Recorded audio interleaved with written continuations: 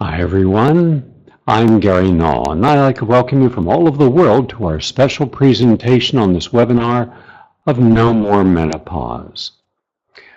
I will be doing it in the following way.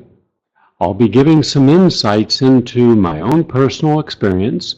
For those of you who are not familiar with myself or my work in detail, I have counseled thousands upon thousands of men and women who are going through andropause as a man and menopause as women, also perimenopause, meaning before menopause and plus postmenopause. All three conditions are rather unique in America, but that doesn't mean that they need be difficult or challenging. In fact, I'll be beginning our program by going into a clinical study that I did on the subject. Now, what qualifies me to discuss this topic? Well, I am a PhD in human nutrition and public health science. I'm also a registered dietitian. I'm a board-certified clinician in nutrition. I'm also an adjunct professor of nutrition sciences at a respected university, and for over 34 years, a research fellow at the Institute of Applied Biology in Anti-Aging Medicine.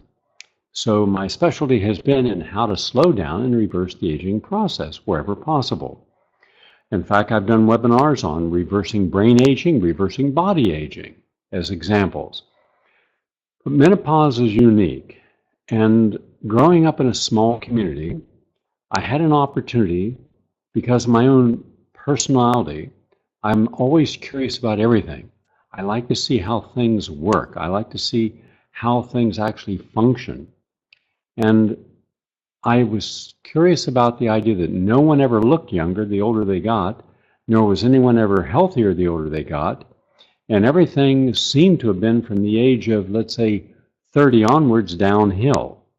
None of the men or women were fit because no one really exercised. Exercise, when I was growing up in the 1950s and 60s, it was considered unacceptable.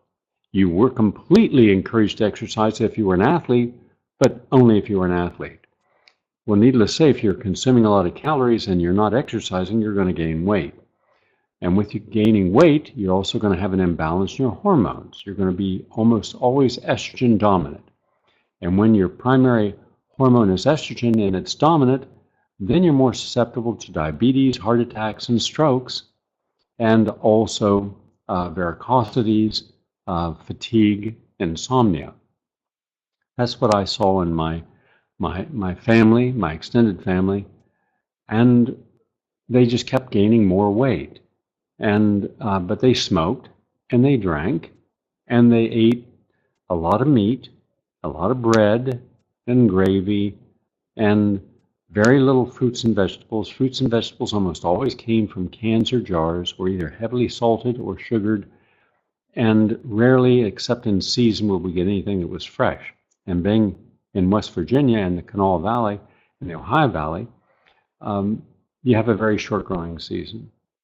So a lot of people didn't place a lot of confidence in the fresh food. Instead, they went for convenience foods. Frozen foods are very common, and cans and jars.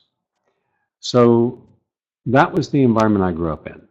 So I'm going to talk about what I observed, insights that hopefully you will find important, but then I'm going to also take breaks in between what my discussions are, and I'm going to open our forum up for your questions. What's also nice today is we also even have men. I'm assuming the men are asking about, let's say, for the women in their lives, mothers or partners, daughters, to help them as well. And concluding this, we will show a full feature film, The New Healthy Woman. And in this film, you'll see some of the leading female health experts in the United States sharing their insights, as well as my providing protocols. So I am going to share some protocols with you. Now, not every protocol is for every person. And the way I always use any protocol is I ask people to try one thing at a time. Let's say I give you 10 things. Then week 1, just do one of them. Week 2, if that was all right, do 2. Week 3, another, until you're up to making those changes. Don't try to do everything at once. That's always a mistake. It's no different than if I'm working with someone who has cancer and I'm trying to change their immune profile. I might give them 30 different nutrients to take, but I never say take them all at once. You start with just one at a low dose, and then you graduate that dose up to its therapeutic level. And if there are no problems with that, then you do nutrient 2. Because everything in life is synergistic, meaning the synergy of multiple parts coming together, much like a symphony.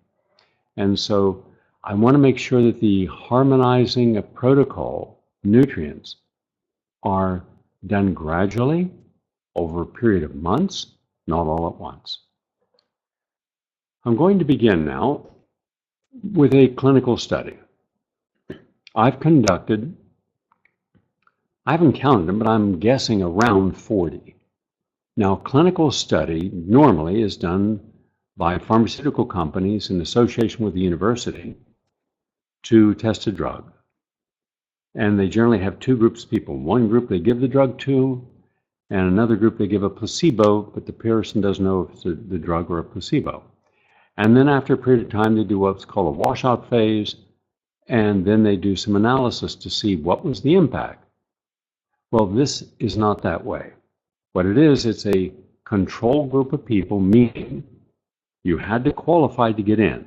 In this case, you had to have menopausal symptoms for at least 4 months. And then you were in for a year, and whatever your symptoms were, we noted that.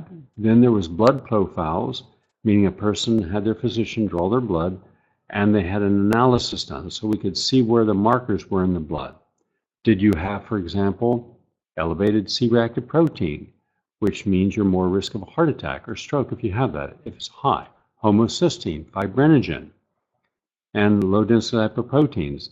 These markers are all silent. We can't feel them, we don't know what's going on, but if they're elevated, you're at a greater risk of having a problem.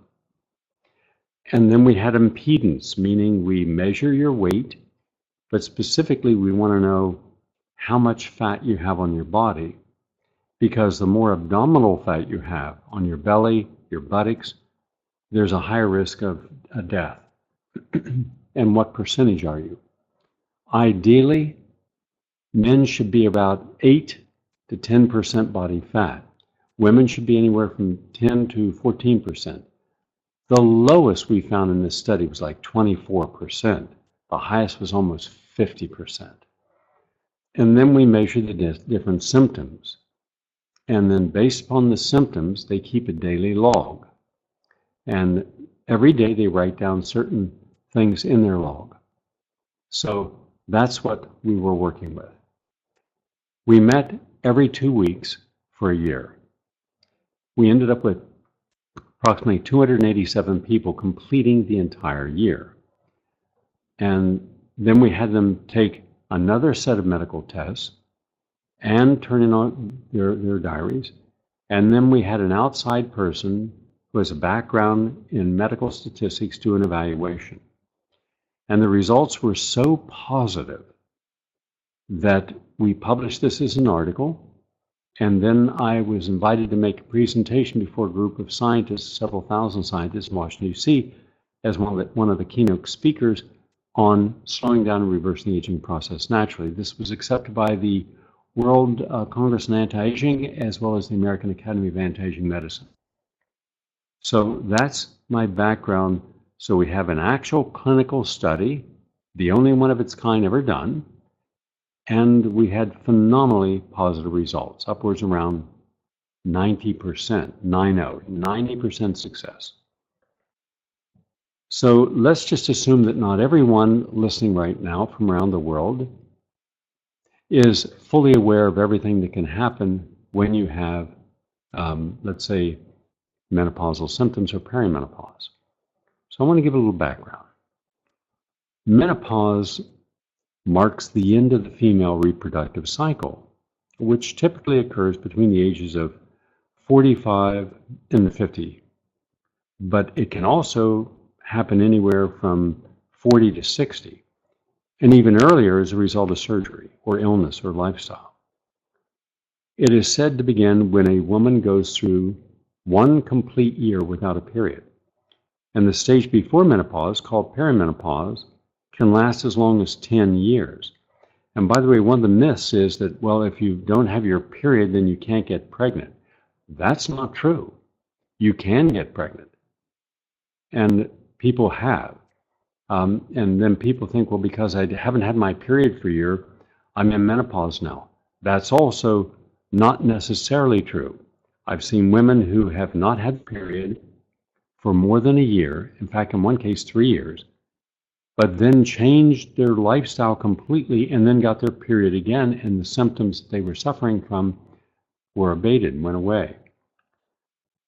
Menopause is not a disorder. Rather, it's a natural biomolecular process. And people have a hard time fully understanding that. It's a normal stage of life. We have a belief in this country that after menopause, you're more apt to get breast cancer and heart disease and high blood pressure and arthritis and diabetes and other chronic degenerative diseases. But those things are not inevitable. They are all choices. It is true that after menopause, they increase in incidence, but it is not because of menopause per se.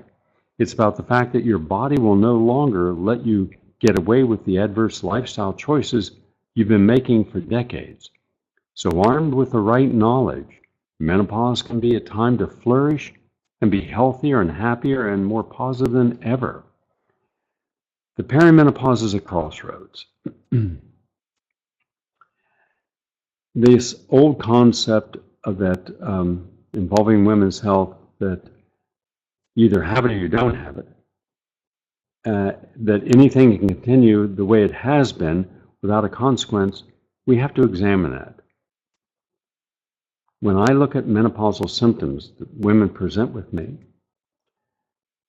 we see that a lot of women harbor misconceptions about the nature and effects of menopause. And yet in cultures where menopause is less feared, symptoms are virtually non-existent. And in fact, menopause is anticipated as a rite of passage into a stronger, wiser time of life.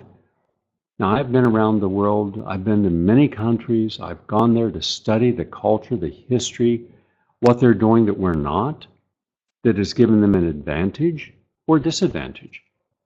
And I have found that in men and women in other cultures, A, they're not afraid of the aging process, and B, I've seen men in their 60s and 70s climb without ropes very tall coconut trees and cut the coconuts. Now, I'm talking about 60 feet up. And they scamper up there like they were, 12 years old. And no one told them, well, you're a certain age, your body has to change. It's just not the way it is. So they are completely different. So we could be doing the same thing. In fact, when I was once in a race, I'm an athlete, I'm a competitive athlete, still competing, and not like I used to. I used to be a little excessive. For about 30 years, I would compete sometimes 45 races a year, including 6 marathons in 1 year. And I've been national champion many times. I was Metropolitan Athletic Outstanding Masters Track Field Athlete twice, and then Indoor Grand Prix champion once, and Florida Athlete of the Year once in my sport. So I'm always competing. And there I am, I'm 30 years old, and I'm watching Max Green and some of these legends out on the track, indoor track, and they were competing. And I thought to myself, wow, I hope that when I'm 60 that I can do what these guys are doing. And these were just trim, really strong men. Because when I was growing up, if you were 60, you'd be lucky to be alive. That was considered the normal lifespan. So today, now I know, and we have a lot of knowledge, that you could be any age and still be competitive. You could be a guy just broke the world record in the 100-yard dash at 101 years of age. 101. and he set a new record. So there's no age to which you have to succumb. You succumb mentally and emotionally to limitations before you do physically. But once you succumb mentally, your body quickly follows. And people don't always appreciate that, but it's true. So what are these symptoms that we have to be aware of? They're different in different people. For example, menopause is a transition that manifests uniquely in each person. Nonetheless, there are a few common symptoms observed among perimenopausal women. One of the first changes is in the frequency of the menstrual cycle. The time between cycles can increase or decrease, or they may skip a month. Usually blood flow is reduced, but women may also experience heavy, irregular bleeding, and other common symptoms associated with menopause are hot flashes and dry skin, mood swings, where there's nothing to create the mood, they become very erratic emotionally, depression, irritability, vaginal dryness, night sweats, bladder infections, fatigue, and sleep disturbances. Many changes appear in perimenopausal women, but the negative ones usually arise from stress and bad diet and pharmaceutical drugs and exhausting your adrenal glands and other things. Not just from lowered estrogen. We've blamed it all on lower estrogen. Not true. Just today, my accountant sent me a connection to a beautiful villa in France. Someone wants to sell it, and I was curious what it would cost and its beauty. Now, I've been to France many times, so when I went up on the internet and I'm looking at it, one of the first things that came back is when I was in France last, and a friend of mine has a uniquely beautiful property there. It's a 1,200-year-old castle. And I went over there, and I said, "What do you do here?" And he said, "Nothing. The whole idea is to do nothing." So I'm always doing everything all the time. So we went up the steps, and I'm thinking, wow. We come to this turret and we look out, and there's this long, beautiful, lush valley that we're looking out at. And I'm thinking, someone was right here where I'm at 1,200 years ago looking at this same view. And then I just spent the rest of the day doing absolutely nothing, just being present. Then I went down and I walked the meadows and the fields, just hanging out with nature, and it was so delightful. And my friend then, over the next couple of weeks, we went around to different villages, and he showed me this is how the French live, especially how they live in August, where everyone kind of takes a month off, goes to the beach or relaxes or travels. And when they're eating, it's very slow. Everything's slow, just like in Italy and Spain. Nothing is rushed. And they actually smell the flowers. And beautiful gardens people have in their backyard. The kind of garden we would go to a park to see, where there was a botanist and people specialized in flower selections and grooming of the lawns and statues. That's in a person's backyard, all over France and Italy. Not uncommon at all. And by the way, and also in the English countryside. And I hadn't seen a lot of that before. You certainly don't go down the average person's home in America on a tree-lined street and find some magnificent garden in their backyard. It's just not what we do. We put decks in, we put swimming pools in, we build dog houses and let the dogs run around. But we don't look at it as a natural preserve for our enjoyment. We're far more utilitarian and practical. We want to get some value of something. But rarely do we appreciate the aesthetic value of things. Last Sunday, I took the day after our running club, and I went over to 91st and 5th Avenue. Now, 5th Avenue is loaded with museums, beautiful museums.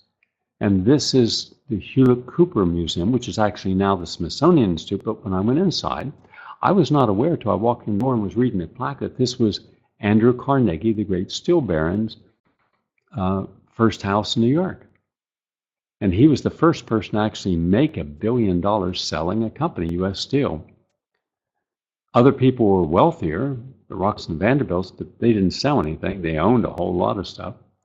But I marveled at the house, the woodworking, the type of tapestries, the very wide banisters and stairs going to the 3 floors, the gardens. And we don't have that kind of craftsmanship today. But people really prided it. And when you go to a country, if you go to Russia, you don't go see something that Stalin built, with these utilitarian, sterile buildings from the 1940s or early 50s before he died. But you want to go to St. Petersburg, where you can see some of the most beautiful buildings ever built. In fact, there was a time when St. Petersburg had more original and unique marble buildings because Russia has one of the largest differentiations of marble in the world. They have every kind of marble, more than Italy and more than Spain, more than France. And so Catherine the Great loved to build palaces. And all those today are in the public trust, so everyone can go and enjoy them. They're in the commons.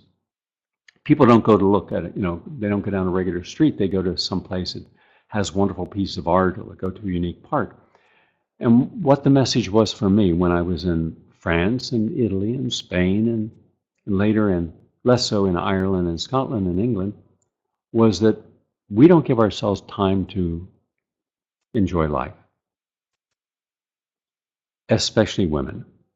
Overcommitted to being responsible for everyone and how they feel and their well-being, and men will literally work themselves to death. And Americans have some of the most challenging work schedules in the world. If you own your own little business, like I have a business, little business, there's a high probability you will not be able to take a vacation on any given year. And yet, vacations are very important for everyone. They de-stress you. They allow you to rebalance yourself. They allow you to get back to nature, someplace that's enjoyable and fun and aesthetically pleasing. The Japanese also are very hardworking. In fact, they actually have a word in their vocabulary that defines working yourself to death. And that's how common it is in Japan. Well, when you get out of balance in anything, and there is the measure, when you're out of balance, you're going to get diseasing. So when you're not living in balance, either nutritionally or psychologically or spiritually or creatively or emotionally, if you're not in balance with your friends, your family, nature, aesthetics, culture, you will suffer an imbalance. But it's never one great big wow, now I get it. It's almost slow, insidious, and it's chronic. We just keep doing too much of what we thought was necessary, being overly responsible, and at the same time that we're doing too much in one direction, we're doing too little in another for ourselves. So we must always make a self-sacrifice so that others can have what we feel and they feel they need in life. Now, I share this with you simply because in order to see many of the symptoms of menopause, I asked the women, how much quality time do you give yourself to go to a garden or a museum or a cultural event or to travel someplace, even within whatever your financial circumstances are? And the answer is almost always not enough. And I grew up where you weren't supposed to be doing a lot of traveling. Your local family and local community was supposed to provide you with everything that you needed for your entire life. Well, of course, that just doesn't work. Those are some of the Puritan notions. That whole Puritan notion is so flawed. Like if someone else in the world is laughing and happy, you should feel sorry for them because they're not taking life seriously enough. Well, hello. We take life way too serious. And when we take life too serious, it means we're being judgmental. And that means we're going to be hypercritical of the world we live in or the people in it. which means that our adrenal glands are going to become exhausted. It means we're going to be out of hormone balance. And once you're out of balance in any area of your life, it adversely affects other parts of your life. So that's why one very important piece of advice today is give yourself a chance to get out and relax on a regular basis, not once a year, but on a regular basis. Bring joy, happiness, creativity, nature back into your life. So it's not just all about lowered estrogen levels. Yes, lowered estrogen levels can and does occur. I believe, based upon my own experience, that the symptoms of menopause and also those of PMS, which are produced by the same imbalances, are really the result of poor health. When we can correct these imbalances, our hormones automatically, men and women, go back into balance, and hence you receive all the benefits. Women need to understand that a healthier liver, a healthier digestive system, a healthier adrenal system, and getting your colon working are the factors that contribute to healthy hormone production. So among the factors that play a role in the timing and characteristics of menopause are genetics and overall health. Genetics the least amount, overall health the most. It's like 95-5. Now, environmental influences also may be involved. Recent research has shown that exposure to certain chemicals is linked to early menopause. There was an article in PLOS ONE, which is a respected medical journal, where women with high levels of chemicals in their body from plastics and household products and personal care products and food and environmental elements experience menopause up to 4 years earlier than women with lower levels. And already these are associated with cancer and metabolic syndrome and heart disease and early puberty and infertility, and these endocrine disrupting chemicals were found to interfere with hormone activity. I counseled a woman, her name was Jazz, and when the first time she came into my office, she had on, it was the summertime, it was hot, but she had on this kind of thick skirt. And she showed me her calf. She was a petite woman. She was in the military, and she had been in Afghanistan. And her calves, for this, I'm guessing, 105-pound woman, were the size of basketballs. Huge. Skin had split. They were bleeding. And there are all kinds of purple and red veins, and they were infected. She had been exposed to chemical and biological weapons. And as a result, her body's immune system was devastated. She must have had 50 different symptoms. She was on multiple medications. But at that time, no one recognized Gulf War syndrome for what it was.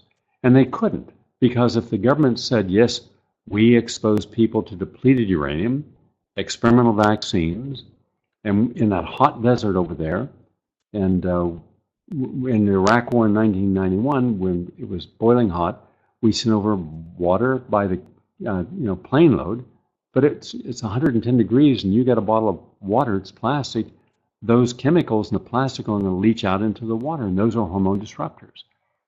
And they put DEET, which is a very toxic pesticide, into the clothes to help prevent what are known as sand fleas from biting the people in the uniform. So they were loaded with endocrine disruptors. So we went through a detoxification, which took about 2 years. And at the end of that 2-year period, we were able to help her get her health back, completely back. All the infections were gone, and she was able to live a normal life after that. But imagine had she not come in. She'd have been dead, and she was miserable up to that point. So the environment you live in and the chemicals, the hairspray you use, the type of shampoo you use, all that can pollute the body. I'm sure you've at some point one of those air fresheners where they say, oh, this smells like, and they have a blindfold on, and oh, this smells like a wonderful flower garden. Oh, but it's not. It's this particular air fragrance. That's a lot of toxic chemicals. If you want something natural like lavender, lilac, honeysuckle, jasmine, chrysanthemums, you can get those and you can put them in a dispenser so what you're smelling is real, natural, and beneficial and calming. But we don't do that. We go for the chemicals and we put it in a dispenser, plug it into the wall, and now it's putting that pollution right into our car or to our home or bedroom or kitchen 24/7. So all the things that you've taken for granted, if you're the average person, not necessarily the people listening right now, those are all toxic. And that is very dangerous. And among the factors that play even a greater role is what is called estrogen dominance. Now, estrogen dominance can be caused by hormone replacement therapy that I'm opposed to, the birth control pills, which I'm opposed to. There are other forms of contraception that are better and safer, and even the hormones found in non-organic foods. For example, most cattle are fattened with growth hormones, which we, if we ate that meat, ingest. And hormones can also be found in dairy products, non-organic produce, and pesticides and herbicides are estrogen mimickers. They compromise liver function due to the toxins or other physical dysfunctions, and they can increase estrogen levels. So the increase in estrogen in the environment is rapidly being acknowledged as a serious health problem affecting not only menopausal women, but also men and younger women and even children. People living in Western societies are now being flooded with a tidal wave of estrogen mimics. And even going into a health food store and having a glass of vegetable juice or buying the vegetables and making juice yourself can be a cause for concern if the vegetables are not organic. You're bringing in a concentrated amount of pesticides, and that will imbalance your hormones. So among the problems associated with too much estrogen, weight gain. And guess what happens when you gain weight? You produce more estrogen. Breast tenderness, mood disorders, brain fog, fibroids, endometriosis, and hypothyroidism. These symptoms of too much estrogen out of balance with progesterone include the gaining of weight, particularly in the abdomen, hips, and the thighs, because the nature of estrogen is to turn food into fat. People are not aware of that. And this happens to the animals in the feedlots. It also happens to us. This happens to the animals because they sell the animals by weight. The more weight they get on an animal, the more they make it market. So there's a terrible relationship that's out of balance, and yet we continue to put on weight, and no matter how much we try to diet and exercise, it doesn't work because more often than not, you're out of balance. And also lumpy fibrocystic breasts are stimulated by high estrogen levels. And depression and mood swings and rage and anger are all caused, in part, by estrogen excess, as is food retention and bloating and fatigue and headaches. And those migraine headaches that happen before your period or when your hormone levels are out of balance are all regulated to high estrogen levels. So high estrogen also decreases your sex drive, which is a major problem for women. It's not about menopause. It's really about these imbalances. And your liver is also affected by estrogen. That's a problem that is not totally understood by medical doctors. When a woman has any form of compromised liver function, they cannot properly metabolize estrogen safely out of the body. So what happens with high levels of toxicity that overwhelm the liver is that the liver then metabolizes estrogen down a pathway that turns it into more toxic form of estrogen. It then gets reabsorbed back into her body, putting her at risk of hormone-dependent cancers, breast cancer and ovarian cancer. Many women going through menopause experience anxiety, depression, or other types of mental difficulties, including mood swings and clouded thoughts and increased irritability. And there's a variety of potential causes of these symptoms. But first, the hormone challenges are that in addition to menopausal symptoms, such as difficulty sleeping or vaginal dryness, these can contribute to overall stress levels, leading to mental difficulties. And cultural expectations and perceptions of menopause may also play a role in provoking anxiety and stress during the perimenopausal years. It is well known that there are cultures that do not associate the cessation of menstruation with negative consequences. The Japanese, for example, don't have a word for menopause or hot flashes. They look at it as just a transition period, but not one with a significant effect on a woman's life. So the symptoms we are told are inevitable, that all women must endure, are actually symptoms of imbalance. I found that it is true for almost everyone I've ever counseled. Get them back into balance, and suddenly no more night sweats, cramps, fatigue, weight loss is easy. I want to just spend now a few minutes looking at something that we don't talk about, and that is the misconceptions about menopause. So many women see menopause as the beginning of the end. They believe that life is going to be downhill from this point on. They no longer think of themselves as youthful, as able to contribute to society. They fear that their behavior will become erratic, in some cases hysterical, or out of control. It's simply not true. When a woman reaches 50, they don't turn into a raging maniac. Well, that's not true. I know one that did. They were absolutely, but they're the exception. The average person, no. But women are not more susceptible to clinical depression, though they've been told that they should expect that. You shouldn't, because what you expect, you frequently create. In some women, however, lowered levels of estrogen and endorphins and serotonin, substances that affect mood, can create mood swings.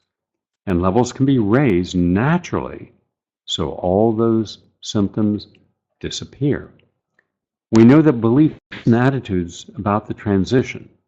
In Asian countries, symptoms are virtually non-existent in many cases. In these countries, menopause is looked at as an important event in a woman's life. She now has more prestige and is viewed as a wiser older woman. Women anticipate this time of life with relish. If you are approaching menopause with fear and trepidation, you need to examine your attitude. Now, according to the latest research, women expect to lose their sex drive, but this does not have to happen. Many women fear that they're going to lose their passion and sexuality. Really, only a small portion of women who go through menopause have their sex drive adversely affected. For those women who lose their sex desire or have difficulty becoming and staying aroused, there is help available. But most women do not experience sexual arousal problems and report feeling more sexually active because the risk of pregnancy is gone. And I think that's very important. After all, once you reach menopause, who are you trying to impress? What part of your being, your authentic self, are you trying to hide? You have a right to enjoy your sexuality with a consenting adult in any way you want. And there's no need to hide your passions, your fantasies, your fetishes. Share them with your partner. That should be something that you and your partner mutually agree are your rights to enjoy. And this has been such a sexually repressed society, and you wouldn't know that because we had a sexual revolution, but in point of fact, under 2% of all heterosexuals and 2% of gays actually enjoyed and participated in the sexual revolution of the late 60s through about 1984. Why? Why, with the ability to enjoy yourself, didn't you? Well, there's several reasons. One, because of conditioned epigenetic beliefs. The beliefs that were given to you, stated or unstated, what was acceptable and not, what was allowed and not. And we're always, in our society, in America, we're terrified of a sexually liberated woman. We shouldn't be. We should rejoice for her, but we don't. And even other women have frequently felt threatened by someone who was open sexually. It's almost as if it's some bizarre mystique that how did that person get that way? And then they start shaming them or gossiping about them. If you want to be gossiped about in America, be sexually liberated. That's one way to get some bad statements about you. And yet it should be just the opposite, because the person who is sexually liberated to enjoy themselves, to explore themselves, that is a person who has absolutely every right to their passion. But not in our society. Nope, you've got to play by the rules. And who produces those rules? Generally frustrated, angry men throughout history. After all, they couldn't understand how a woman could bleed for 5 days and not die. They thought they were possessed by the devil. And all these stigmas, all these terrible thoughts about women and their sexuality came from that time, the chastity notion. So I am a believer that the more liberated and free a woman is to experience and explore her sexuality, the healthier she's going to be. This whole idea that I'm saving it, really? Yeah. Well, that besides saving the cupcake, and go back 3 years later and see how it is. No, you shouldn't be saving this stuff. You should be engaging in that which helps you define who you are. And it's like saying, well, I'm not going to exercise. I'm not going to do too much exercise. I don't want to do too much. I'm not going to be that healthy. I mean, gee whiz, Gary, don't get crazy on me. I mean, friend, you're just sitting there eating 20 French fries. That's how many are in an average little bag. But when I asked you to take 7 vitamins, your head exploded. Yeah, but I mean, taking 7 vitamins, I don't have any time the rest of the day to live. But eating, 20 French fries, that's not even a second thought. Boy, have we been conditioned away from being healthy and happy and free and open and creative. So we live very constricted lives. We think we're free to do what we want. We are not. Less than 5% of the population have I ever found have the freedom to even think free thoughts. We think conditioned thoughts. We have to filter everything through our conditioning. Political conditioning, cultural conditioning, familial conditioning, societal conditioning, religious conditioning, and epigenetic conditioning. Now, once you've got all those layers of conditioning on you, little wonder that you ever see the reality of anything, because everything's going to be altered. Everything must be changed before you respond to it, so it doesn't threaten you or your status within some artificial hierarchical order. So just something for you to think about. Because a lot of times getting a person free to be who they are, to engage in their own life, their passions, their hobbies, their careers, instead of the one that they believe they had to do in order to appease everyone else's idea of who they are. Now, to understand our society's misconceptions about menopause, we must go back at least a half a century. The beginnings of this whole myth that women lose their power and that their ovaries shrivel up and die as a result of menopause actually began in the 1960s. It was the beginning of the era when cheap synthetic artificial hormones were readily available. Up until that point, they were very expensive. Then there was this wonderful drug in search of a destiny. The menopausal women was actually the focus. And it was the work of a Dr. Robert Wilson, who wrote the book called Feminine Forever, which was published in 1966. And based on one study that he conducted over 1 year, the results of the study convinced him that the saving grace, the way we could keep women young forever, was to give them estrogen. He said it in his book, the ovaries shrivel up and die as a result of menopause, therefore necessitating the use of estrogen. He also had a rather unflattering comments about the menopausal women, calling them the equivalent of eunuchs.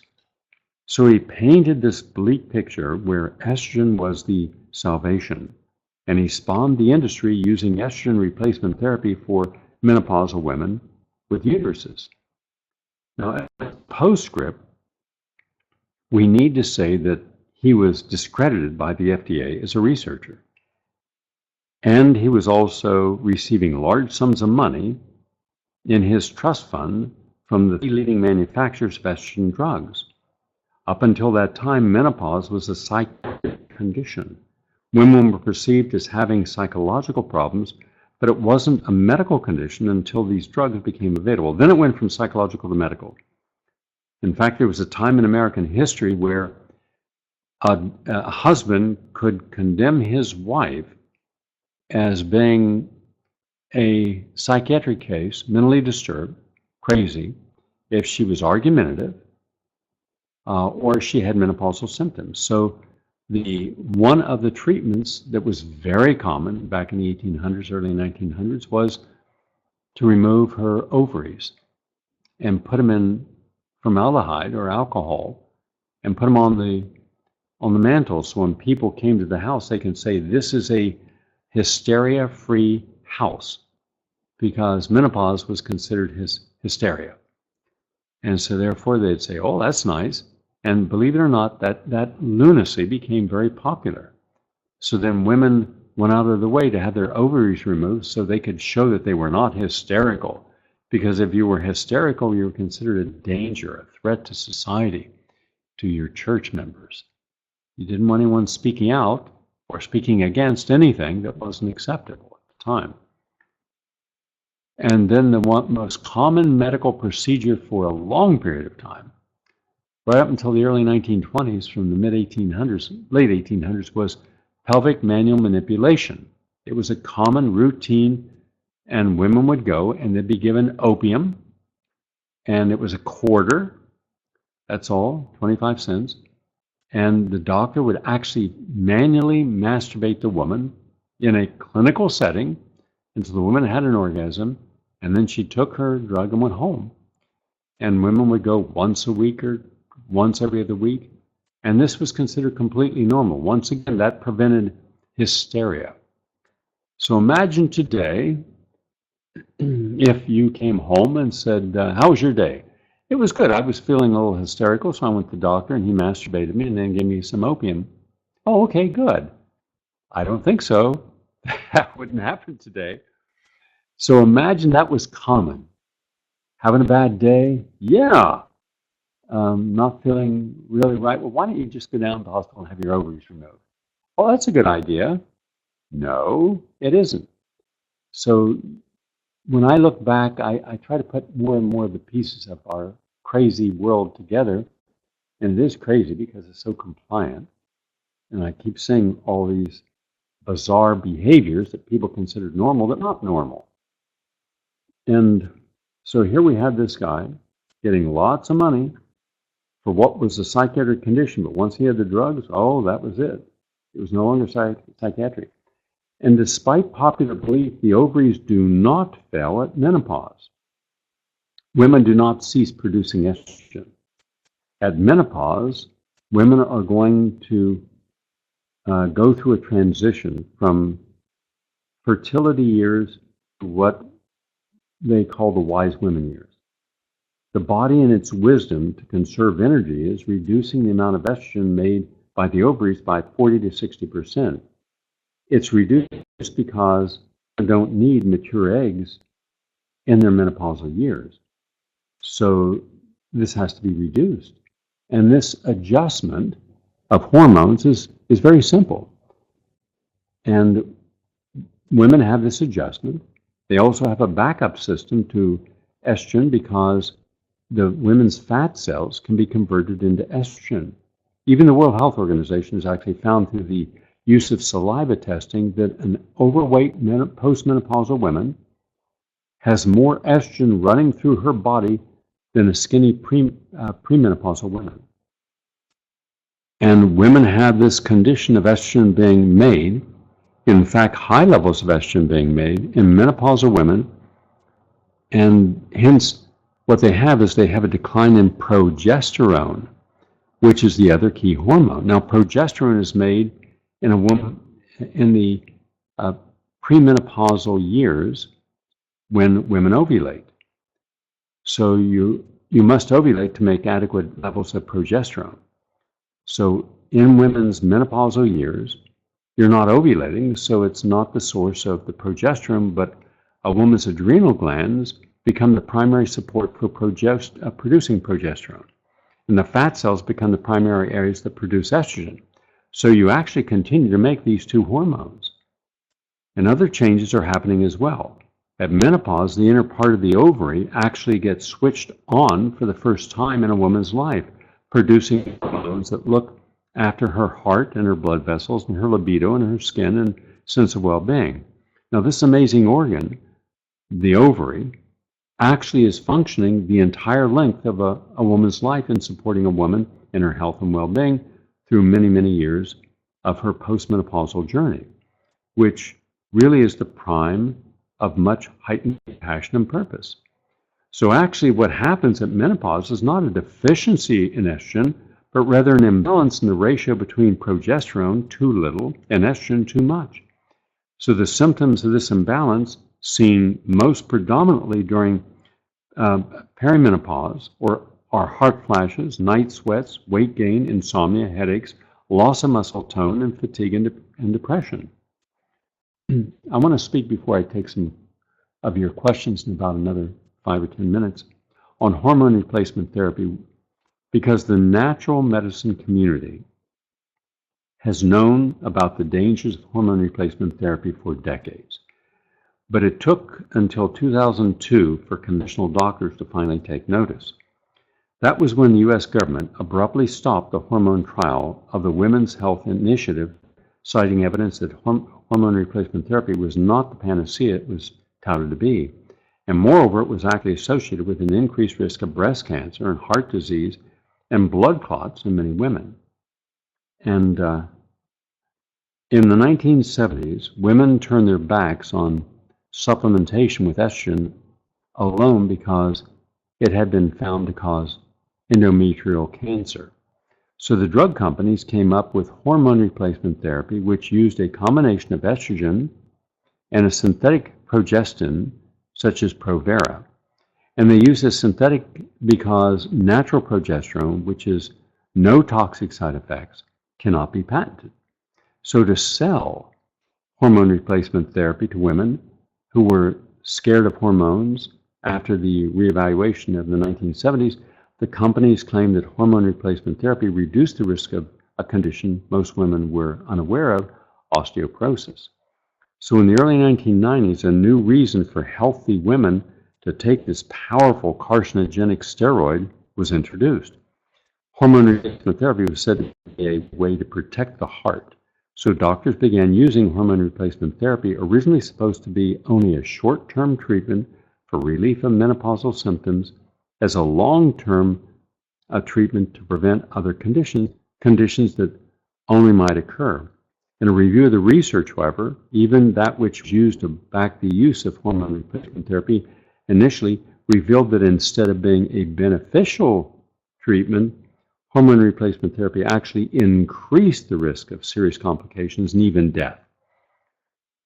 So we've been led to believe that hormone replacement therapy, this synthetic version that is found in whatever variety of pills or patches or implants, uses the same hormones that our body makes. The truth of the matter is that they are synthetic drugs which have been listed by the National Institutes of Health as human-known carcinogens. 10 million women today still take synthetic hormone replacement therapy. Synthetic progestin is one of the biggest worries. So for the life of me, I cannot understand why the medical profession still does not understand the difference between the progesterone that your body produces and progestin, which is a completely artificial hormone that your body has never seen before. In fact, it's been shown that in monkeys that are deprived of estrogen, so they're perimenopausal monkeys, when you actually give them Provera, it will cause reactivity in the coronary arteries leading to heart attacks. A synthetic progestin will actually cause the coronary arteries in a woman to become hyperactive. And many women, when they go through perimenopause, have chest pain. They actually have angina because their coronary arteries are not getting the flow of blood they need. And when they add Provera to that, you're making it much worse. Natural progesterone, or natural bioidentical hormones as opposed to synthetic progestin, is the identical molecule that our bodies make. Now, although bioidentical hormones are frequently made in the laboratory, such as from soy phytochemicals, they are nevertheless identical to human hormones. Therefore, the actual biochemistry of the hormone is unchanged. Now, natural therapies can make the hormone therapies unnecessary. A variety of options are available. Most women can start with lifestyle changes, such as modifying the diet and taking herbs and supplements that I'll get into in a few minutes in greater depth. But now we're an hour into our program. I'm going to take a break and welcome the people from Jamaica, Denmark, Germany, from Frankfurt, Germany, from around the world, and also throughout the United States. And I'm going to address some of the issues that you have been asking about. And let us go over now, and I'm going to ask Glenn to put them up here and so I can see who's asking what. We have, I don't know how you pronounce your name, Haigui, 55-year-old dentist, gray hair. What changes are required for the hair to grow with natural color? I tried natural color dye, but the hair is still gray. Well, of course it's going to stay gray. That's like saying, my house is brown, I want it red, so I painted it red, but when it peeled, it was still brown, of course. First, understand that the hair on your head is dead tissues, keratinized tissue. We try to fool people by making them believe that somehow by putting this particular conditioner, this particular ingredient or shampoo, that it's going to rebuild that hair. It won't. What happens with your hair has to come from inside. I'm going to give you a little background. I have male pattern baldness. Every man in my family has male pattern baldness. We're talking about a big family with my brothers and dad and uncles. There's over 10 of us. Everyone's bald. And I started to go bald when I was about 25 years old, thinning back. And mind you, I've never smoked, I've never drank, I've been a vegan almost all my life, most of my life. Exercise my whole life as an athlete. So I tried everything I knew and nothing changed it. Nothing. If you go back and look at the photographs on my early books, like in 1972 and 73, 74, I wrote a whole series, 12 bestsellers in a row over the next 10 years. I had pictures and I was letting my hair grow long so it wouldn't be so noticeable I was thinning in the front. Now if you look at me, I have a very full head of hair. In fact, until I came off the road, I hadn't cut my hair in 5 months. It was down to my shoulders. And now I just got a crew cut, and now it's all growing back again. In fact, even my eyebrows are growing very dark, and my hair is natural color and very thick and lusterful. How that happened. Let's go back to 1989. I was down at my ranch, the the Healing Springs Ranch in Tioga, Texas. And it was 200 acres, but 5 acres it was a garden. And the people down in Texas are so wonderful. They're so friendly and neighborly that they'll bring you food. It was very common for me to open up my door in the morning and there'd be a bushel basket of string beans or a basket of peaches, whatever was growing locally. They'd bring it to you. They didn't even leave, oh, this is, your neighbor. It was just, I had, when I bought this place, it was the original, I was told it was where Gene Autry had originally came from, but it was in gross disrepair. In fact, the broker, this woman named Jean also, she was driving down the road to show me another place, and this is maybe an hour north of Dallas, northwest of Dallas, and I just felt the energy, and I said, what's this place? She said, oh, you don't want that place. Look how overgrown it is. The sawgrass is so tall, you can't even see the property. So I had her pull over, and I got on top of the car, and I looked, and it was all overgrown. Trees hadn't been trimmed. It was a mess, but it was for sale. And I ended up saying, I want this place. And she said, why? I said, I just like the energy here.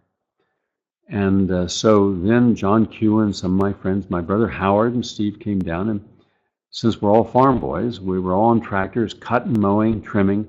3 months every day doing this. I'd set up a portable radio station so I could do my broadcasts every day.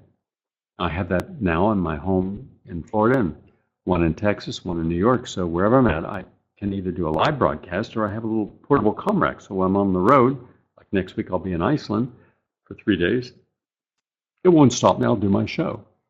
But anyhow, there was an old house there, and every day these guys would come by. And it was just weird. Like a guy would come by and say, well, when are you going to have the baths? And the first time someone said that to me, I thought, man, and I figured, don't get them angry. I said, soon.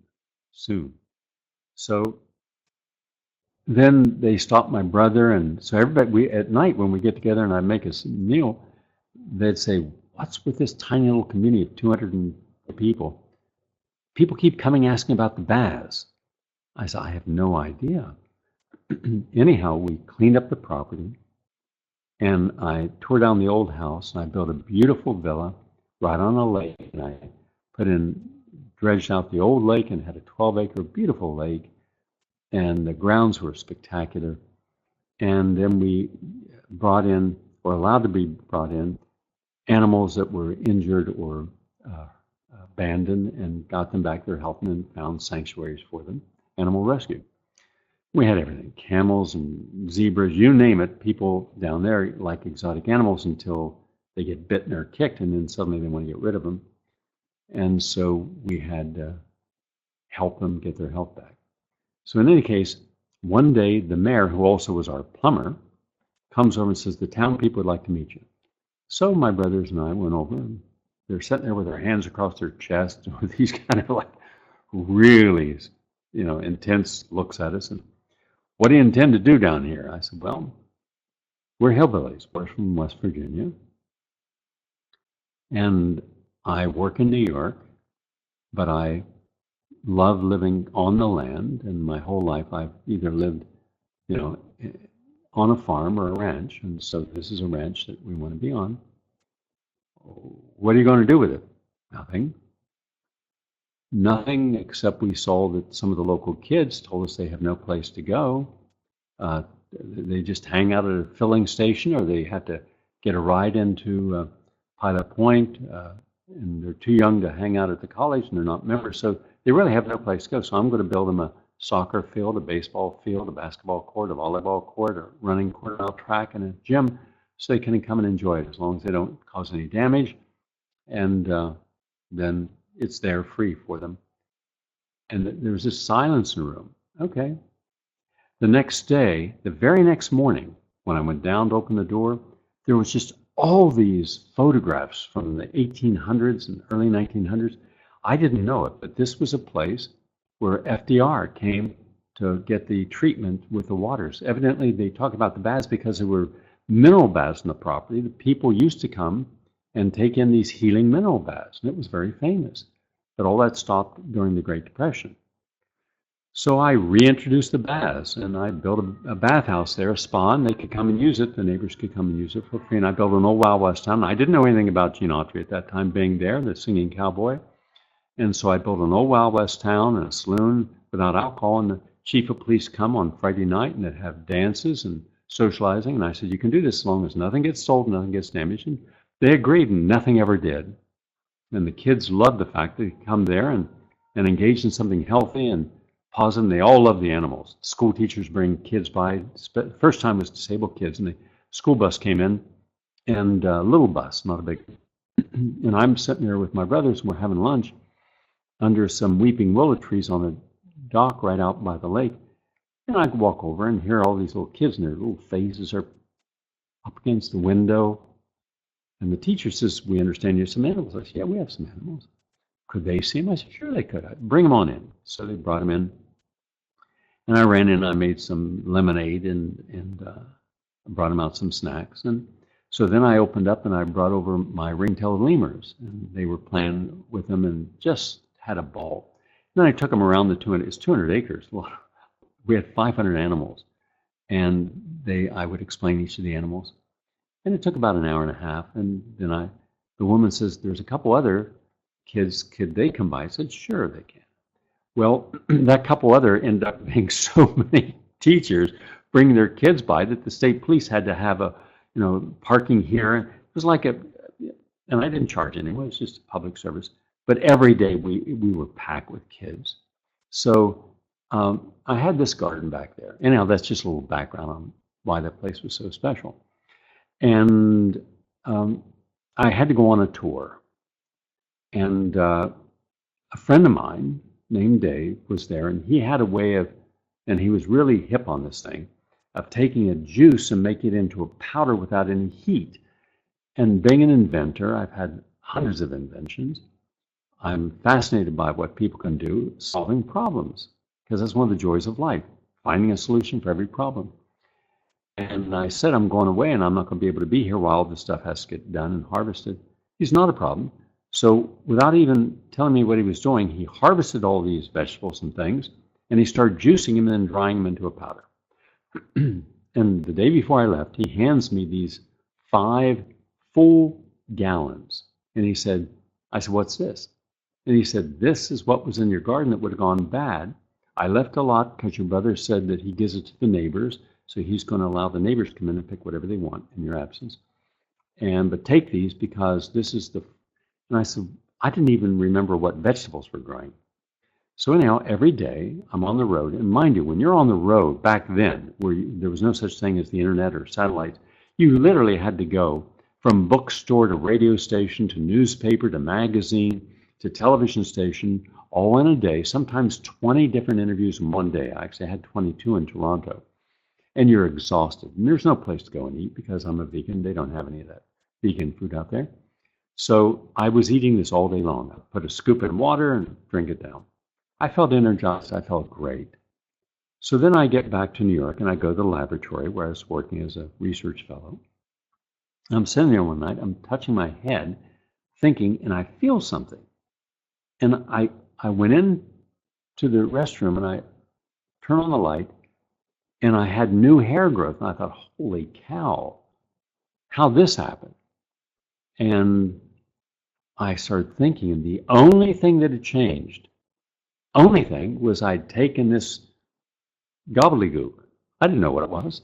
So I called brother and I said, do you remember what we planted? And he said, I don't know. So here I am with a phenomenon. I had to start from scratch. It took me 2 years to try all these different combinations to see what was originally growing. And the reason I didn't know is because 2 of the neighbors would come in and grow stuff because they didn't have any fertile soil. And so theirs was interplanted with what was there. But we all used it like a community garden.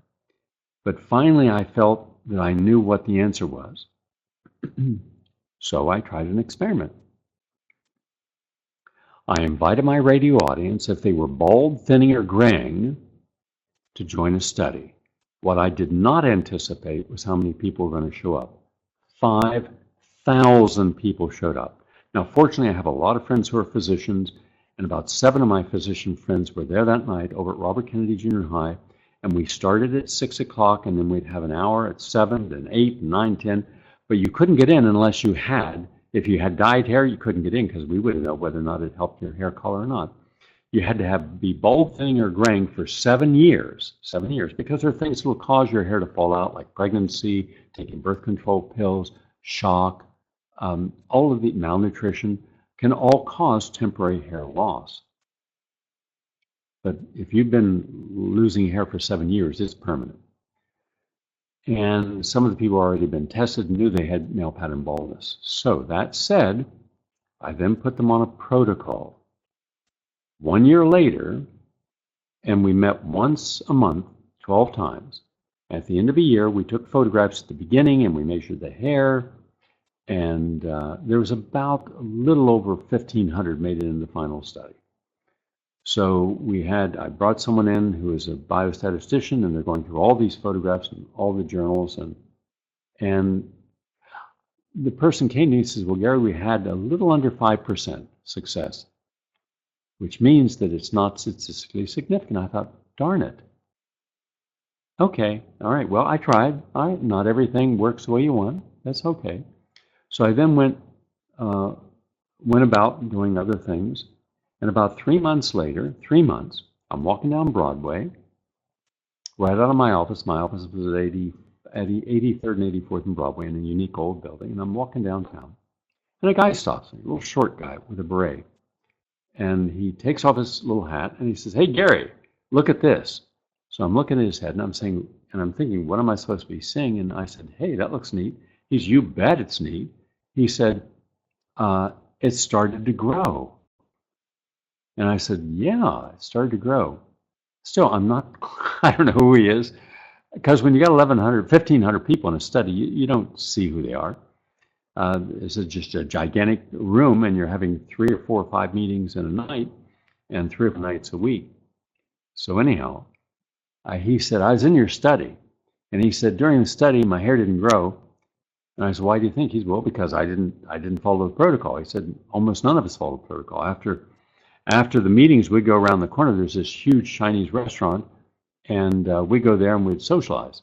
It was all about socializing. I was a single guy. I thought, hey, what better way to meet a woman than with one of Gary Null's support group? At least she's probably going to be healthy. I said, you didn't follow the protocol? He says, no one I knew followed the protocol.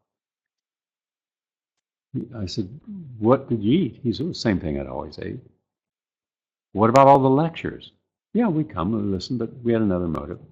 He said, but my new girlfriend, wants me to get healthy, and I stuck with that protocol. I said, yeah, I got a protocol we can take, and I took the protocol, and lo and behold, where I've been bald for over 10 years, I got all this new hair coming in. And indeed, he did have new hair coming in.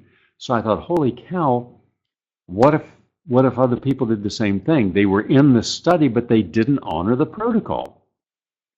So we tried to round up as many of the people who had been in there as possible, and we contacted over 800 over the next several months. And sure enough, they weren't exercising, or they weren't detoxing, or they weren't taking their supplements, or they weren't drinking their juices. So only about 5% of the people we found out actually did the protocol. So if almost 5% of the people benefited and 95% of the people didn't follow the protocol, then it meant that it was a very important study, but I had to redo it. So I redid the whole study, but this time, every single time they came into the study, we had homework they had to prove they did in order to get back in. They didn't bring the homework. Luann, not Luann at that time. It was another person. Howard Robbins was there at the door with Marty Feldman, and if you couldn't show you did your homework and you stuck with the program, you were turned away. And when they started seeing a lot of people turned away, that was it.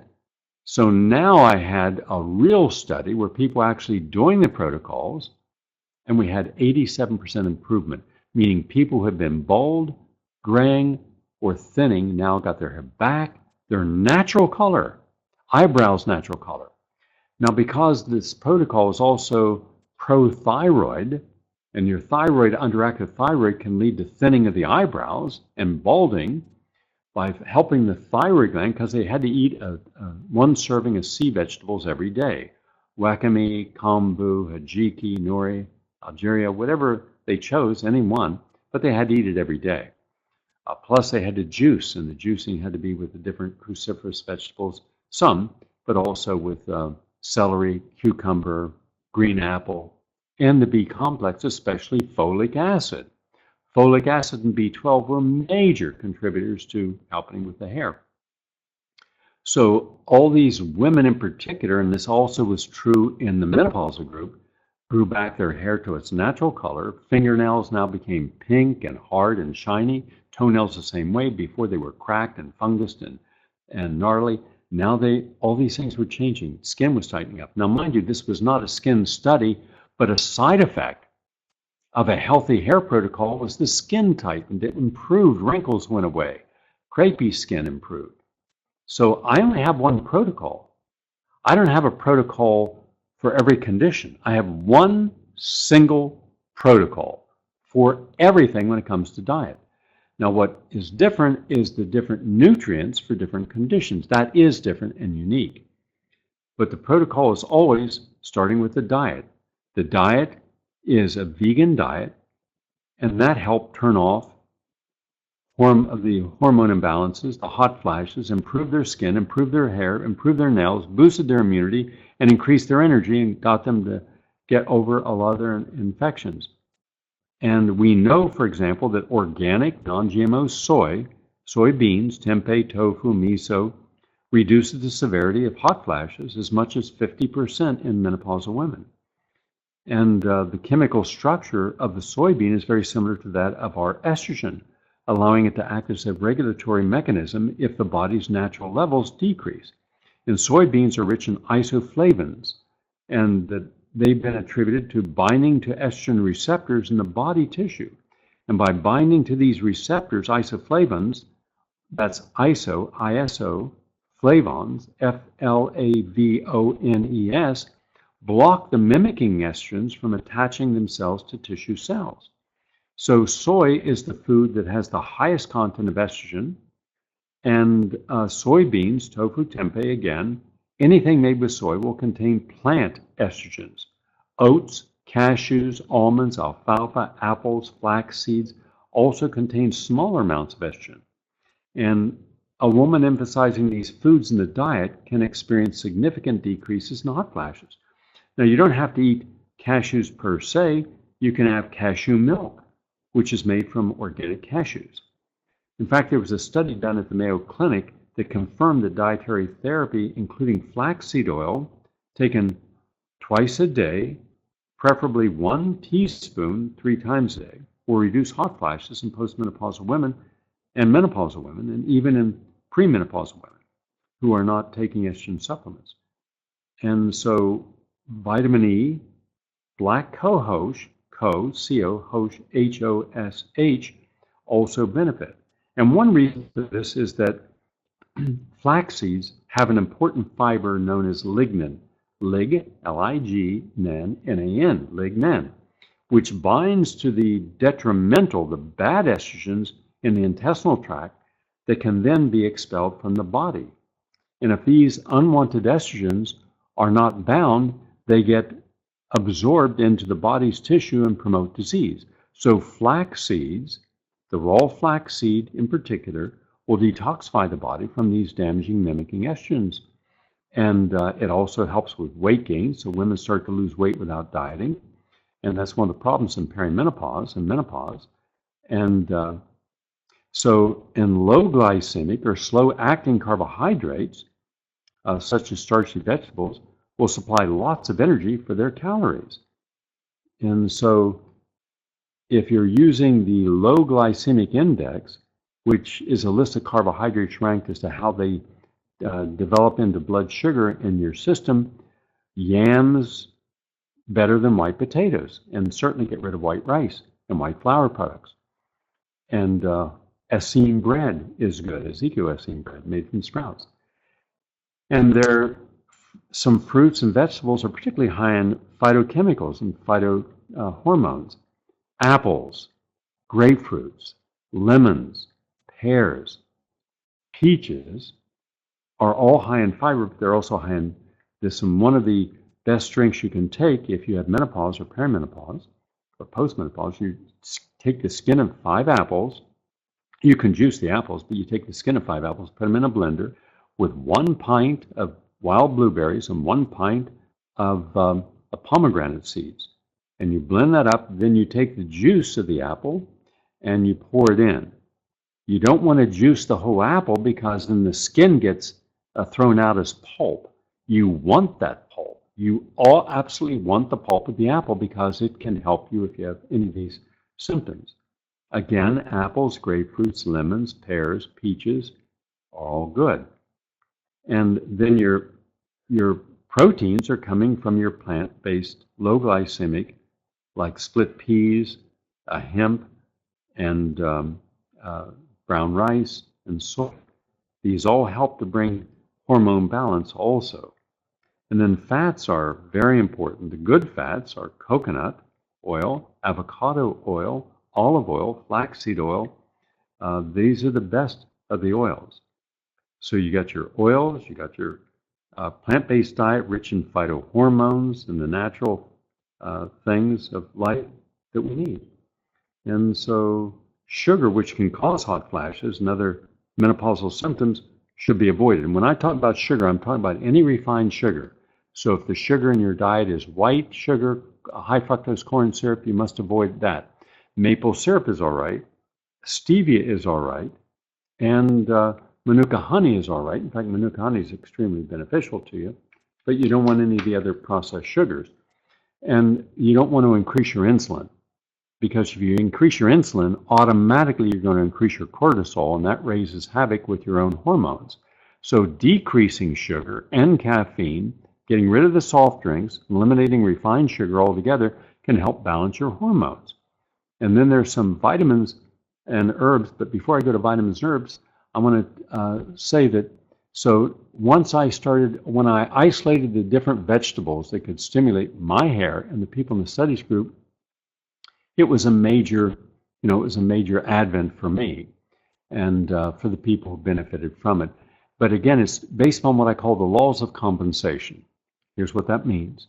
To the degree that you have any problem in your life, bacterial, hormonal, genetic, trauma, injury, viruses, nutritional deficiencies, anything that's caused a problem, you must exceed that in helping the body get back. And it's not just the molecular weight itself, it's the energy attached to it. Because it's the energy of every plant, every nutrient, even in a relationship. You've all experienced this. Everyone listening now experiences good vibrations, bad vibrations. You walk into a room and you say, what's wrong? Someone says, nothing's wrong, but you know something's wrong, and sure enough, something was wrong. How did you know that? But you do. And that's part of the gift we were all given. So in the idea of taking in nutrients, if you're using organic produce, then you're taking in the highest energy. But if you ate an apple, that's good. But if you juiced an apple, that's better. And if you took the skin of 5 apples, that's equivalent to having 5 apples, which is super good. Now, the raw food is good, but the juice made from that, remember, 98% of a juice is water, 98%. So it's really not the water that's important, it's that 2 to 3%, some cases 4%, of the actual phytonutrients, antioxidants, essential elements. So then a powder made from that juice is even more concentrated, sometimes 20% times more concentrated. Now, if you want to see how this works, take some parsley and then juice it. And you could juice a huge amount of parsley and get a tiny little bit of juice. That's it, just a tiny little bit. But what you get in that little juice, now dry it, and you get even less. So that little tiny speck of powder that's left after you've juiced a whole bunch of parsley, that's really what was in all that parsley. Now, mind you, there's also fiber in the fresh parsley too that we can benefit from, but the real healing benefit, to my opinion, is in that powder. And so when my friend found a way of drying juice to powder without heat at 88 degrees, then it was literally a raw food put in suspended animation. And by the way, there's beans that were found and grains that were found in the Great Pyramids that when open and water came in touch with it, hence hydration, they sprouted. So that's important. So the energy was there all along. It was just waiting to be brought forth. So that is what I found. So 2, 3, 4 scoops a day. And one, no, but multiple ones really make a difference, because then you're concentrating phytonutrients, you're concentrating the chemicals that can, natural chemicals, that make a huge difference in stimulating the body's natural systems. It's like I could say, eat an orange and get 30 milligrams of vitamin C, but if you have cancer, if you have age-defining illness, you could eat a bushel basket of orange, it's not going to do you any good. But if you took intravenous vitamin C at 100,000 milligrams, that does you a lot of good. 200,000 milligrams is where I found its highest therapeutic benefit of reversing disease. So it's what I call laws of compensation. To the degree that you have any problem in the body, you must exceed that in both actual actual energy, but also in the value of the compound putting into the body. So I hope that makes sense. So now you have what you need there, the dentist on the line, and you can find natural shampoos that are not very expensive and in any good health food store. Ray says, what can 54-year-old experiencing intermittent periods and weight gain without overeating? Well, I've already mentioned the diet. Now, I'm going to get in, Ray, to some of the nutrients that can make a difference. First of all, women need a natural multivitamin mineral supplement containing higher amounts of magnesium. So magnesium, then calcium. 500 calcium, 1,000 magnesium. Also, high B complex, 50 to 100 milligrams a day, and vitamin C, because the number one ingredient that your adrenal glands need is vitamin C, which also helps lessen emotional symptoms. So I'm going to suggest that about 15,000 milligrams, up to 15,000 milligrams a day of vitamin C will help. Vitamin E is known for its ability to rejuvenate the reproductive system and alleviate hot flashes. It also helps lessen vaginal thinning and dryness, and I would use the mix beta, delta, and gamma tocopherols, and they're found together in nature. And D-alpha tocopherol is also preferred over synthetic vitamin E, and generally 400 units twice a day can make a difference. And zinc also is important for ovarian function. A good source of zinc is zinc piconolate, and generally 25 to 50 milligrams. And then essential fatty acids, which are the precursors to the natural hormones in the body, very important part for both men and women. And so I suggest that. And also the omega-3 fatty acids. Vitamin D, 1,000 units a day. Calcium is essential to preventing osteoporosis. And also, you got to start taking it as soon as you can. Dairy is a very poor source because many people have intolerance to dairy. So I suggest supplementation. And then GLA, gamma-linolenic acid, generally 1,000 milligrams. And you can get that from evening primrose oil or borage oil. Boron is also important in the herbs to help relieve perimenopause and menopausal symptoms by restoring the progesterone-estrogen balance. Alfalfa, black cohosh, blue cohosh, damiana, fennel, licorice root, motherwort, red clover, red raspberry leaves, sarsaparilla, and certain forms of wild yam. Now, flaxseed contains lignin, I mentioned that a little earlier, and that's a phytohormone fiber that removes excess estrogen from the system, and that's particularly important if there's too much estrogen in the system. And Vitex, V-I-T-E-X, or chasteberry, C-H-A-S-T-E, commonly referred to as the menopausal herb because it alleviates many symptoms like hot flashes, vaginal dryness, and mood swings. And it works by raising the progesterone level.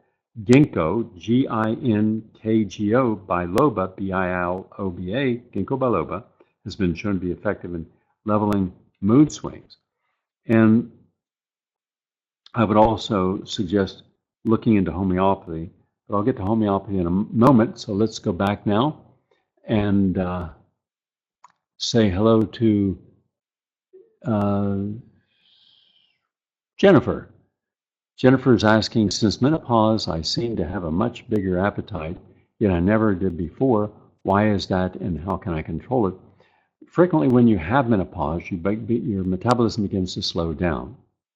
So you want to speed up that metabolism. Seaweed's one way, but exercise is also a good way.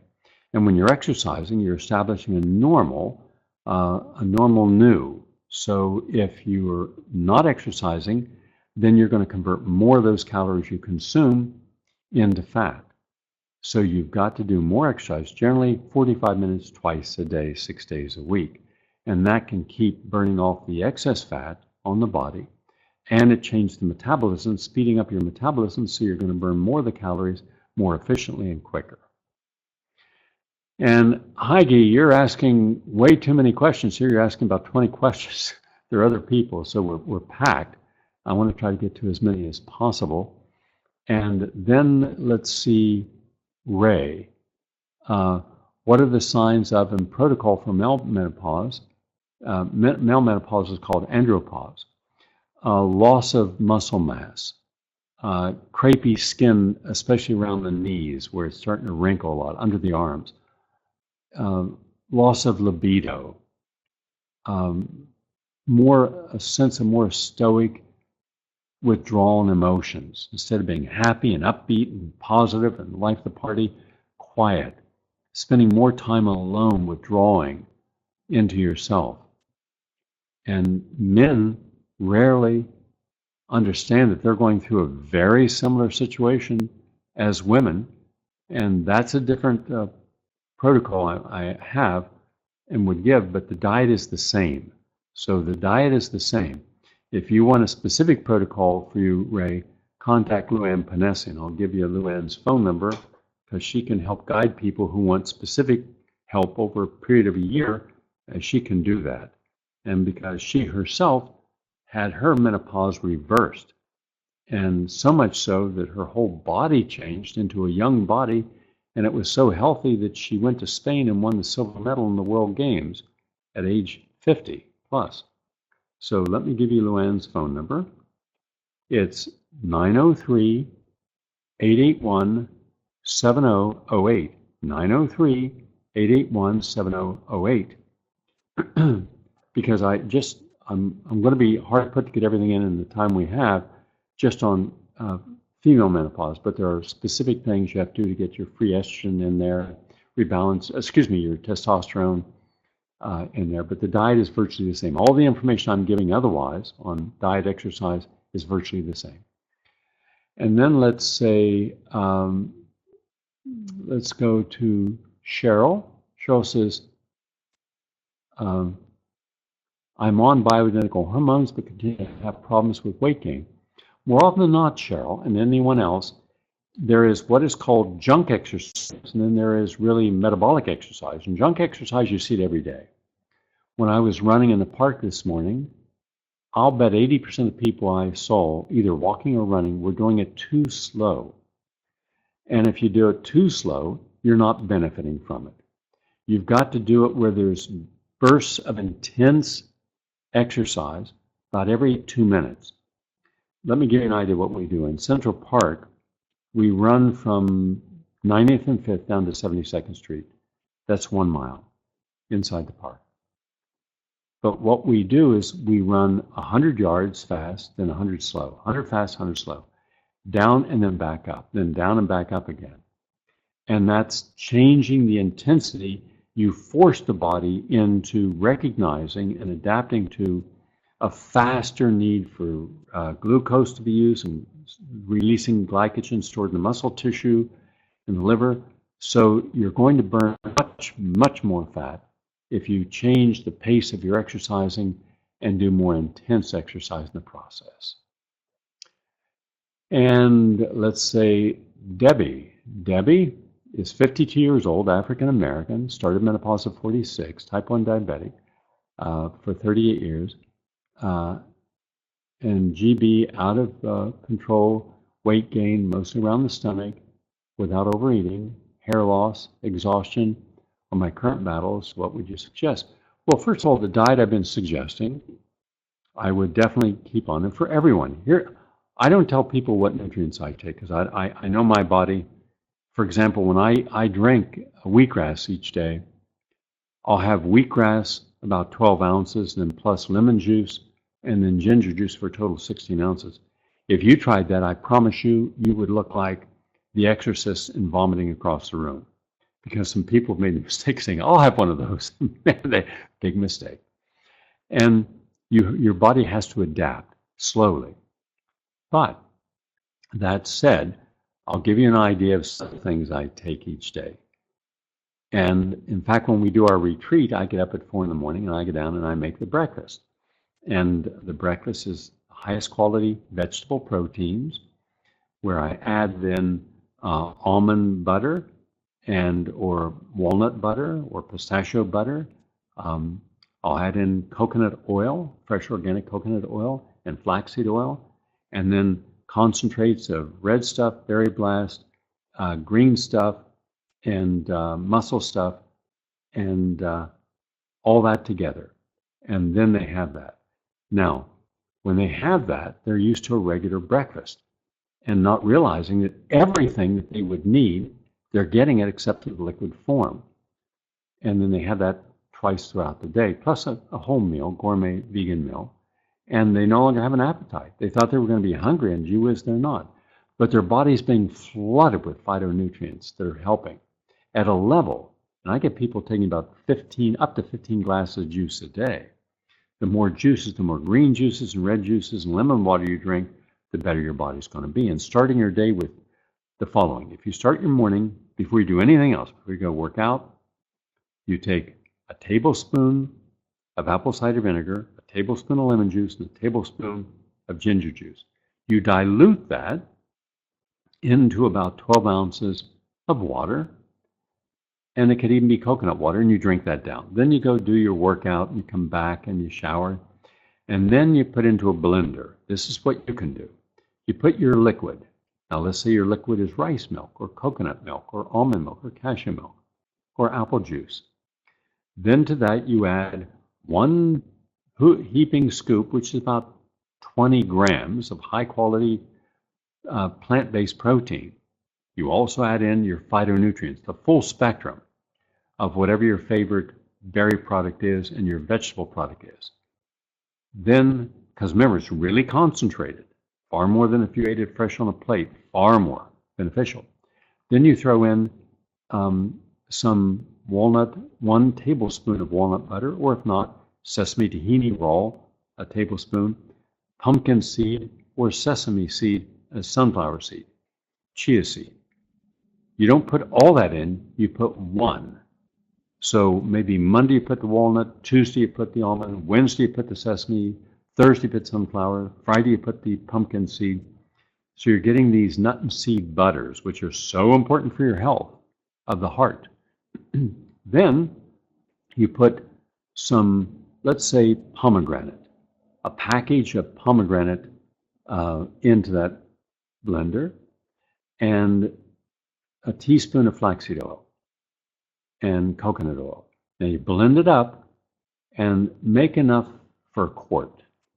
Have some then, because it's also got the branched chain amino acids, and always try to have your shake within a half hour of exercising, because the branched chain amino acids will get into the protoplasm of your cell and actually expand your muscle mass. So you'll get stronger. You won't get big and bulky, but you have stronger muscles rather than the puny muscles most people have. So then later in the day, you could have that again. Now that's exactly what I eat each morning for my breakfast, and then for lunch, after I do my radio show, I'll have the second part of that drink.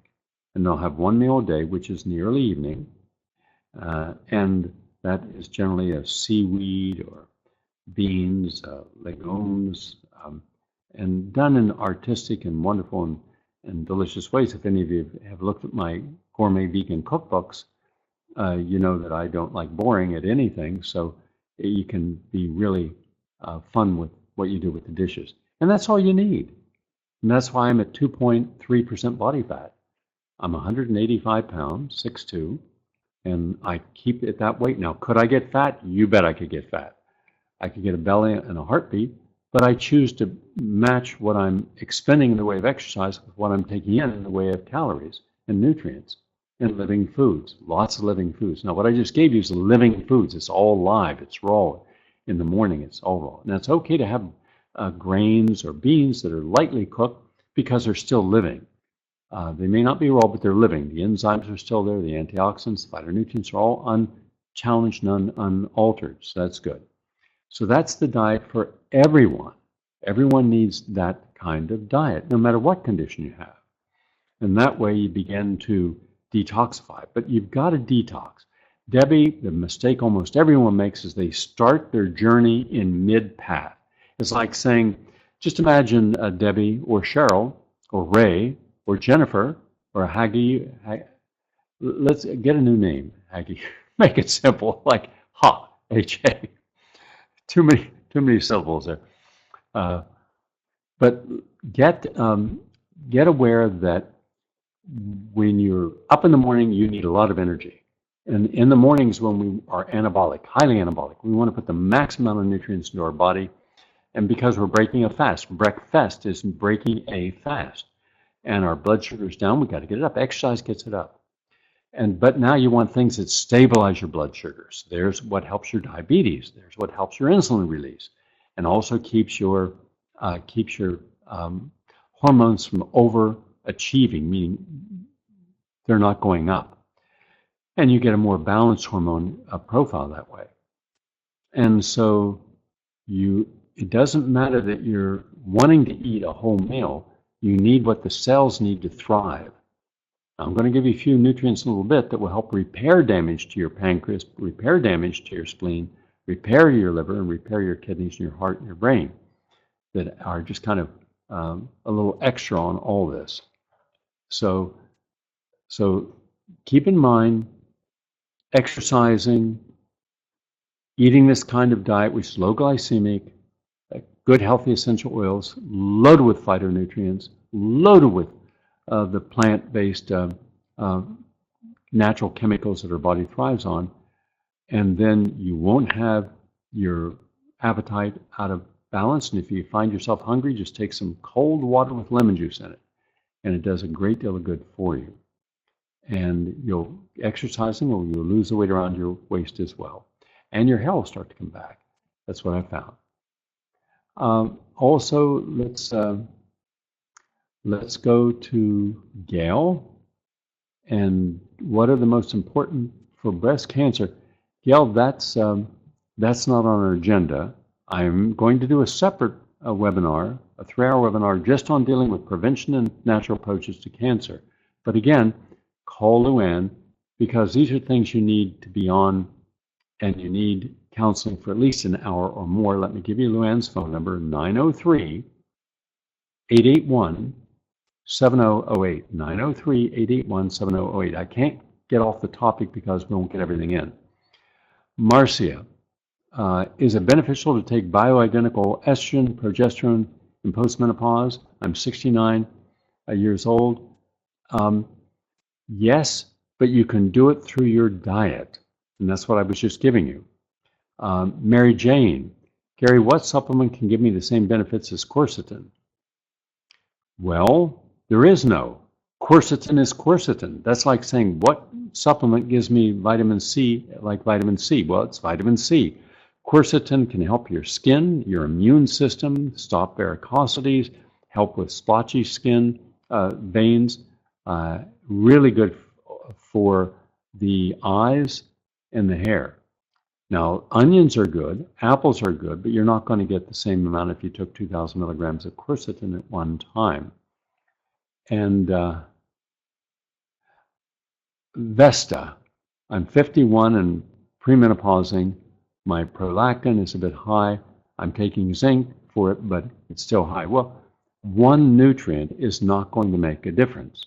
And this is something we got to get out of, that somehow we just pop a pill and everything reverses. You've had a lifetime of doing things that are either correct or incorrect, healthy or unhealthy, and now your body's starting to tip and break down in different ways. And by the time you see how it's breaking down, now you have to correct it. And you can't correct it just with a single nutrient.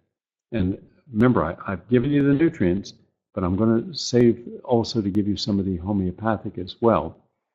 And Sheila, and Sheila's okay there, no problem there. So, all right, I've taken a lot of Michelle. What herbs do you use to help with no libido? Again, I mentioned the herbs, but if you want to know those herbs again, I'll go over some of them just so you have them, and write these down because they're important. Libido, alfalfa, black cohosh, blue cohosh, damiana, fennel, licorice root, motherwort, red clover, red raspberry leaves, sarsaparilla, and certain forms of wild yam, flaxseed, which is very important in flaxseed oil, and vitex, V-I-T-E-X, and chasteberry, and ginkgo biloba. And those are very beneficial. But what I found is this. I have found, this is my own personal views, but I found that most of the time when people are not having a exciting sex life is because they're not exciting. They're boring. Boring people generally look for ways of distracting themselves from their own boredom. It's like running away from yourself, and then when you get to the corner and turn around, you're still there. And the reason most people have boring sex lives is because, well, they're afraid of unleashing their own imagination. What would you do if there was no or can't? There was no guilt or shame. What would you then do with a consenting adult or want to do? 95% of all sex is mental. Only 5% is physical. I mean, look, there's a certain point where there's nothing new. It's not like you're going to get into bed with someone and say, "Oh my God, it's the first time I've seen that. How interesting." No, it's the 3,000th time you've seen it, and it's still there. So that we've focused almost exclusively upon the objectification of sex, hence the objects of sex, the size of this or the circumference of that. And those are just the tools. It's like getting into a car. You want to drive fast, you want to drive slow, you just want to sit there and complain that you're not going anywhere, but you're afraid to turn on the engine. Turn on the engine. That's your imagination. And stop thinking that somehow you've got following you everywhere. You go into your bedroom with your partner, you get into bed, your partner says, "You want to do this?" And you say, "Hold on a second, hold on." And then you turn on the lights, and beside you, someone in that few moments that you were in bed, they've set up bleachers. The priest, the rabbi, the imam, your mother, your father, your sister, brothers, aunts, uncles, school teachers, and Uncle Bill are all standing there looking at you saying, "No, we don't. No, you can't do that." And then you're thinking, "What can I do? Can I do this?" No, no, no. That offends me, and that offends me, and that offends me. So we're living through other people's fears and conditions, and we become epigenetically connected to that. So libido is all about desire. And how do I know this? Because for almost 20 years, I was the co-director with Dr. Elaine Kahn from Columbia University. I was the co-director of the New York Center for Marital and Sexual Guidance. I worked with the men, she worked with the women, and these guys come on who were premature ejaculators, or they couldn't maintain erection. And it was all based on fear. And so when I say get out of the fear and let's get into the pleasure principle, great improvements. Right? Great improvements. So unleash your mind. Unleash your passion. Harmonize with someone who wants to share that energy with you, and you'll have more libido than you've got hours in a day to explore it and experience it. And I just saw Luann's on here. She's saying hello from Texas. She's down there right now. She is in a new business. She's given up healthcare completely, and she is inseminating bulls. Good luck with that. I've given, let's see, Peyton. Peyton, you're asking about treating a large fibroid tumor. Peyton, this is strictly menopause today, even though that's based upon what women go through. Two of the things I found that are very important for women is get up coffee, no coffee, because coffee and caffeine can really play havoc with your hormones, and that in turn can lead to fibrocystic breast and fibroids. So I'll just share that with you. Give up all caffeine and use the same identical protocols for diet and juicing now. Get into a highly alkalized place and watch things happen. And let's see who else. Let's see, Abigail. I'm 59, starting to have lots of joint issues, trigger finger and knee locking. Is this part of menopause? No, it is not. More often than not, Abigail, it's because of bringing into your lifestyle, bringing in pro-inflammatory items, bread, pro-inflammatory, pasta, pro-inflammatory, soft drinks, sugars, dairy, any meat, chicken, all pro-inflammatory. So stay away from pro-inflammatory, and if you go towards a high plant-based diet with lots of juices, and take every day, for those of you who have any joint inflammation, take 1 teaspoon of black cumin, C-U-M-I-N, seed oil, in the morning and take 1 in the early evening. Now, you have to put it in a drink because it's a little hard to take, but if you put it in a drink, smoothie, it's fine. And it is more powerful than anything else I know of that you could put in your body to help you turn off inflammation in the body. It turns off inflammation in the brain and in the musculature, in the heart. It's terrific in the lungs. It does a lot of good. And Syria, I already gave a whole explanation of the overcoming vaginal dryness. And so anyone who came in late or anyone who didn't take notes, Glenn is going to make this in the near future available so you can download it free. There's no extra charge for it. Download it, go over any part of this in more detail. Now, I've just been answering your questions for the last hour, and I've answered over 20 questions. So I want to go back now and continue on, because remember, we still have a film to show here too. With homeopathy, there's homeopathic remedies, and they should be chosen based upon symptoms. Ideally, you'll get yourself into the hands of a classically trained homeopathic physician who will help guide you. For example, if you have hot flashes, they'll look at it and say, well, what kind of hot flash do you have? And they might use belladonna. There are many hot flashes. The face looks red and feels hot, and there's hot perspiration coming from the face and a pounding, throbbing, congested feeling in the head. And often there's dryness. Conditions improve with resting and quieting in a dark space, and symptoms when you're out in the light or cold air or sudden jolts. So belladonna. But also there's what is called laches, which is L-A-C-H-E-S-I-S, and that's where heat is felt all day long, while cold flashes may be experienced at night. And once the menstrual flow begins, all the symptoms disappear.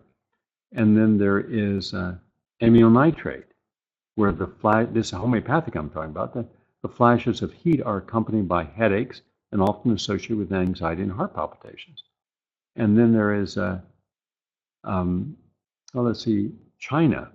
That's where you have heavy bleeding with dark clotted blood, and it leads to debilitating fatigue. And symptoms get worse with drafts and light pressure, but better with strong pressure and heat. And so they would, with each type of condition you have, they would give you a different one. For example, if you have, I just had 2 people ask me about vaginal dryness, including cilia. Well, sepia, S-E-P-I-A, is a homeopathic. That is if your vagina is itchy and dry. There's a sense that the uterus is falling out of the vagina. And there's also a loss of libido, and symptoms tend to be worse with standing and cold and rest. Anything that causes venous congestion, and symptoms are improved with anything that increases venous flow, such as motion. And emotionally, there is an indifference to loved ones and sadness and tendency to weep easily. So that's sepia. But you may also want nitric oxide or nitric acid as a homeopathic, because that's if you have vaginal dryness reaches the point where the mucosa fissures and causing splinter-like sensations in the vaginal area. Or you may want bryonia, B-R-Y-O-N-I-A, where vaginal dryness is accompanied by severe headaches, and any motion is painful and distressing. The condition improves with rest.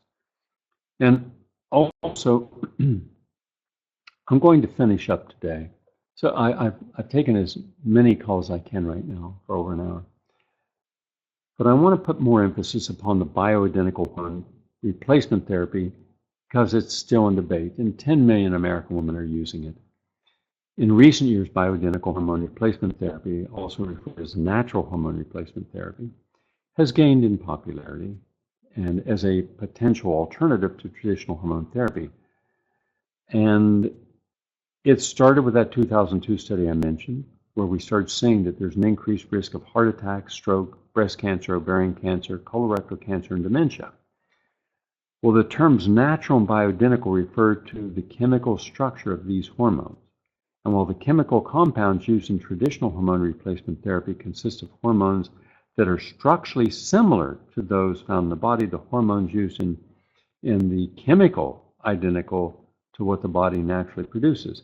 It must be pointed out, however, that bioidentical hormones are not obtained from humans, but produced synthetically in laboratories. So just as there's a wide range of hormones that work in our bodies, there's also a number of different compounds that fall under the category of bioidentical hormones.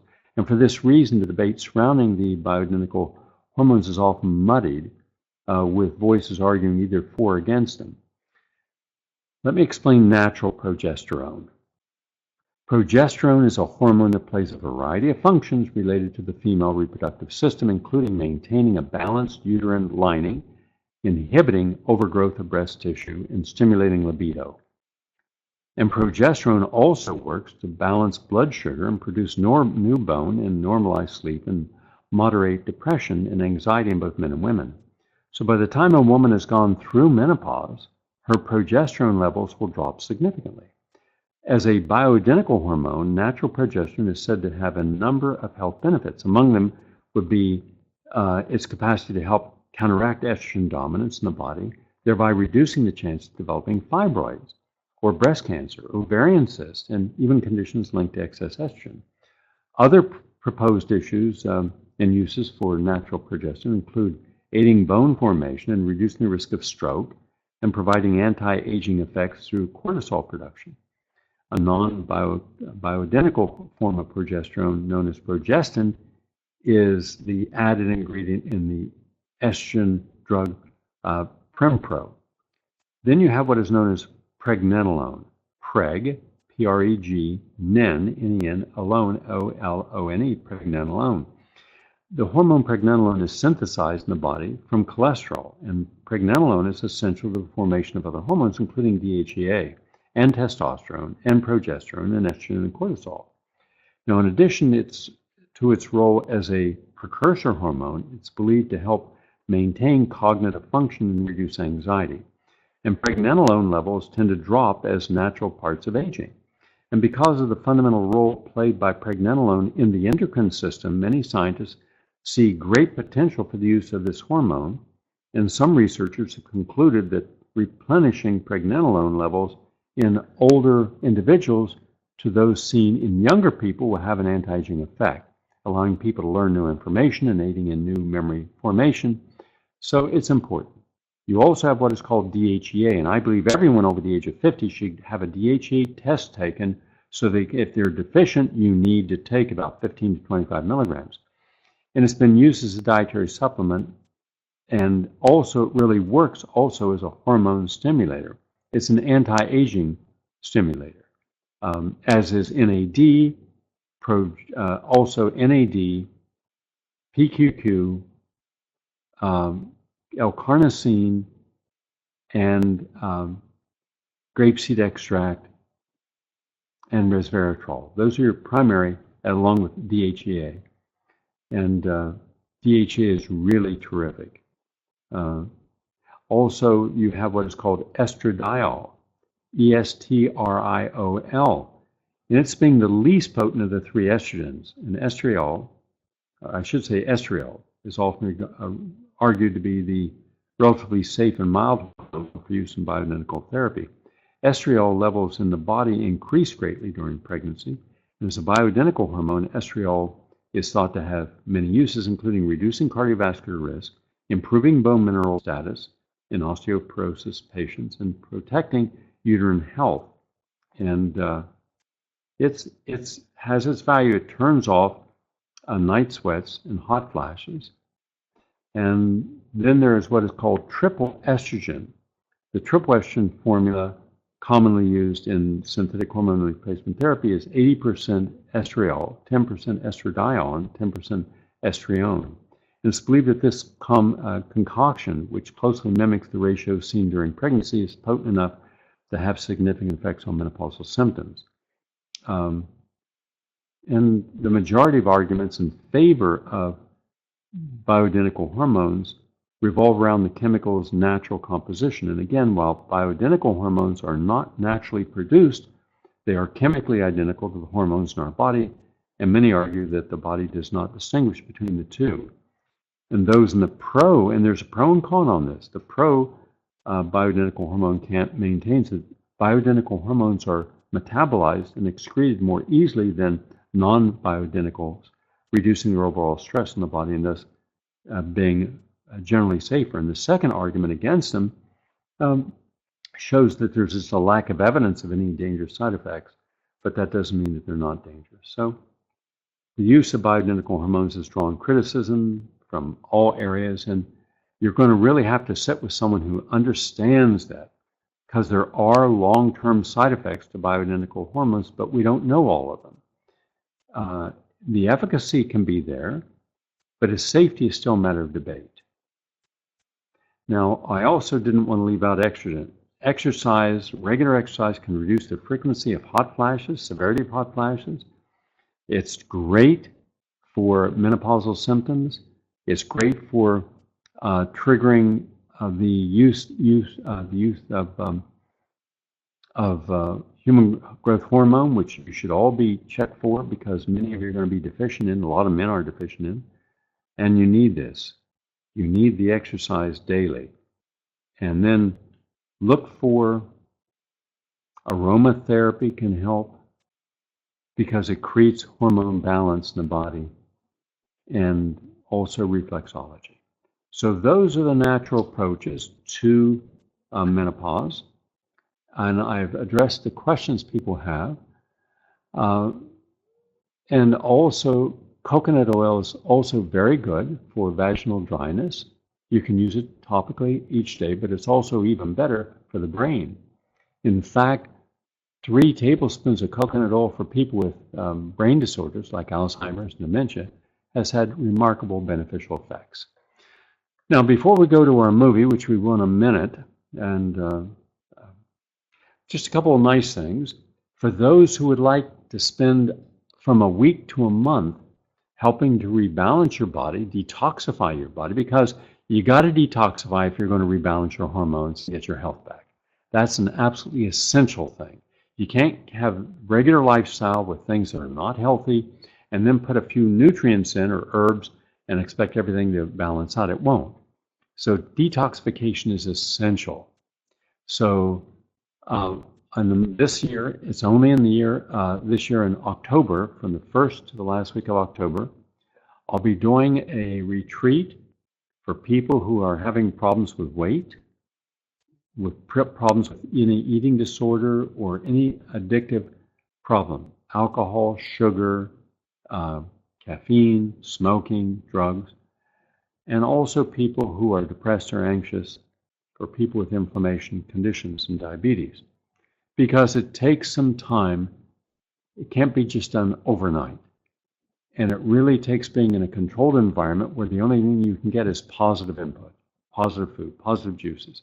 And helping you in this journey, I'll be there every day, all day, is Luann Panesi. And Luann benefited from this when she came to a retreat over 23 years ago down in Texas. And you can reach out to Luann if you'd like to join us.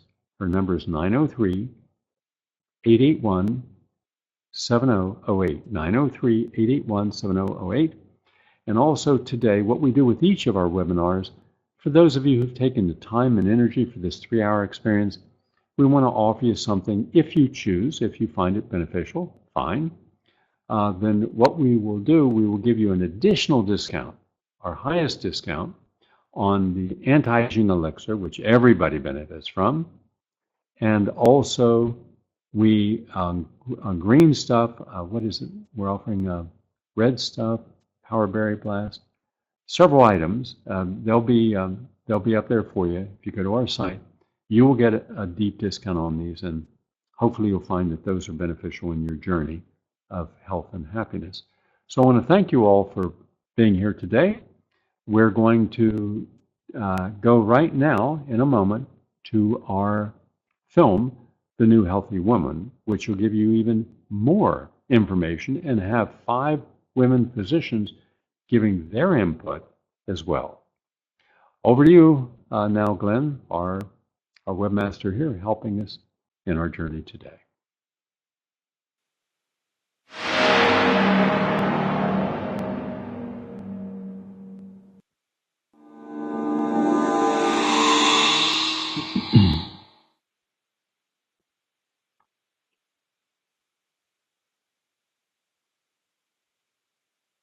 prevention is the key.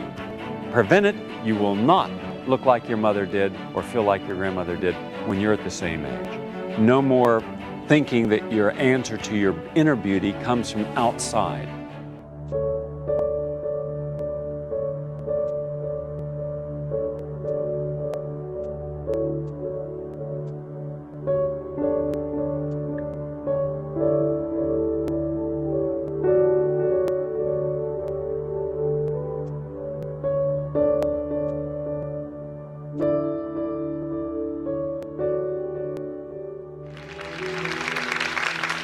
I'm Gary Knoll. What I'd like to do is have all the men right now, please leave the room. This program is for women only.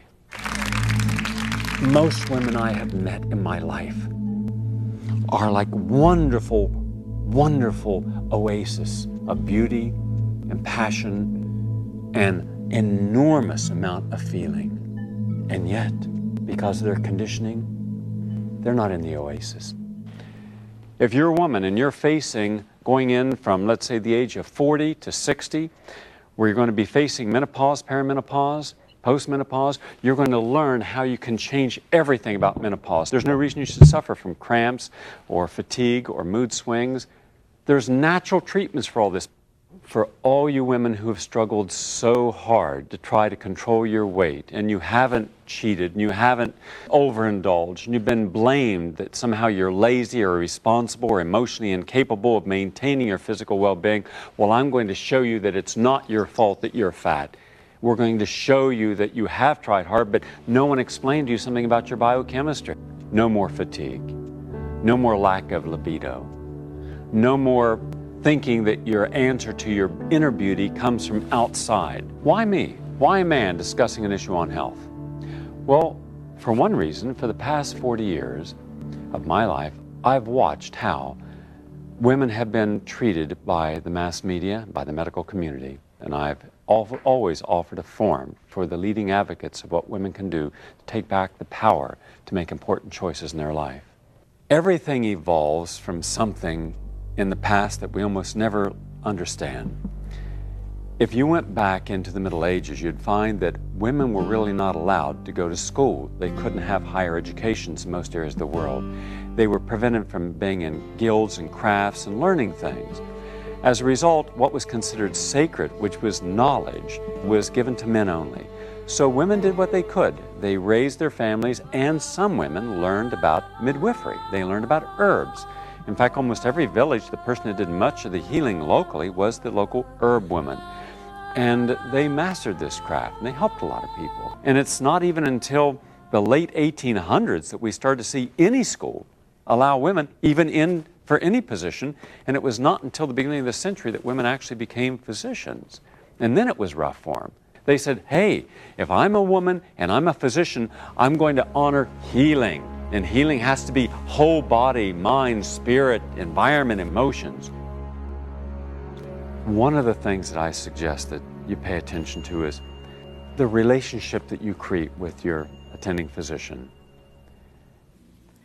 One of the things I love the most about my job is that I get to talk to each woman who comes to my practice about really tailoring this process to her.